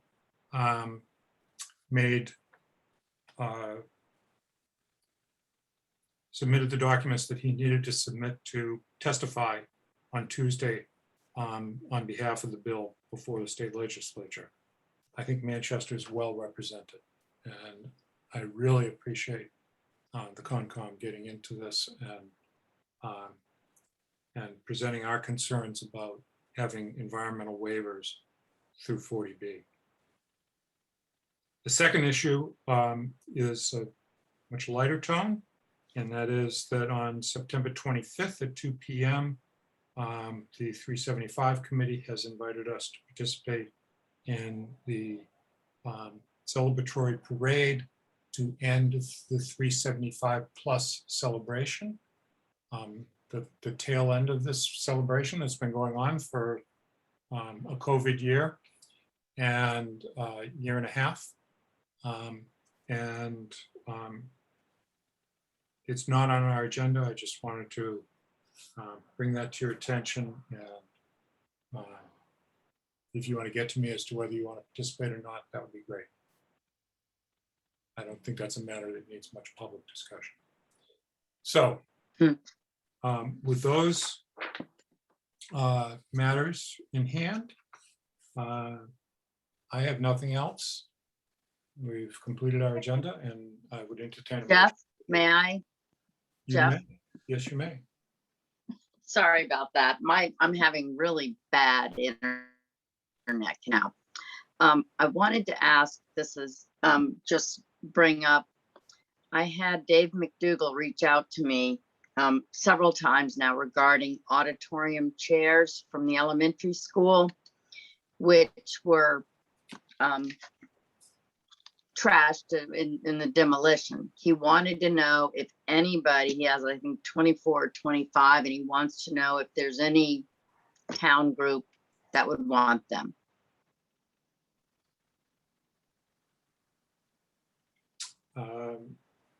Anyway, he asked if I would bring it to the board. Thank you for making that announcement. If there is any town group, they can get in touch with Dave, or they can get in touch with the Selectmen's office, and we'll put them in touch with Dave. Okay. I'll entertain. And I also wanted to ask one more thing. Sorry. Then I'm going to stop and make a motion to. You may not get to make tonight. that motion. I think someone else is going to jump in before you say any more, but go ahead. Quick question is, should the Board of Selectmen submit a letter even though Concom is attending for this 40B legislation hearing? Should we write something? Okay, I really considered that, but that would require that we had an agenda item on a posted meeting so that we could deliberate what went into our letter in public. Right. And Thank you. You're right. The deadline is tomorrow for the letters. Yeah. So we weren't going to make it given when we received this document. Concom luckily had a meeting scheduled and was able to bring this in and deal with it. On that note, motion to adjourn. Second. Really? That was a long pause, folks. Okay, It so was. motion and a second. Any discussion? Good. Mr. Bowling, Yes. Ms. Jakes, Oh, yes, please. Ms. Harrison, Yes. Mr. Round. Yes. Thank you very much. Mr. Bodmer Turner also votes yes. Meeting adjourned. Good night, folks. Good night. Thank you. Thank you, Jeff. everyone. Thank you, Jeff. You all. Thank you.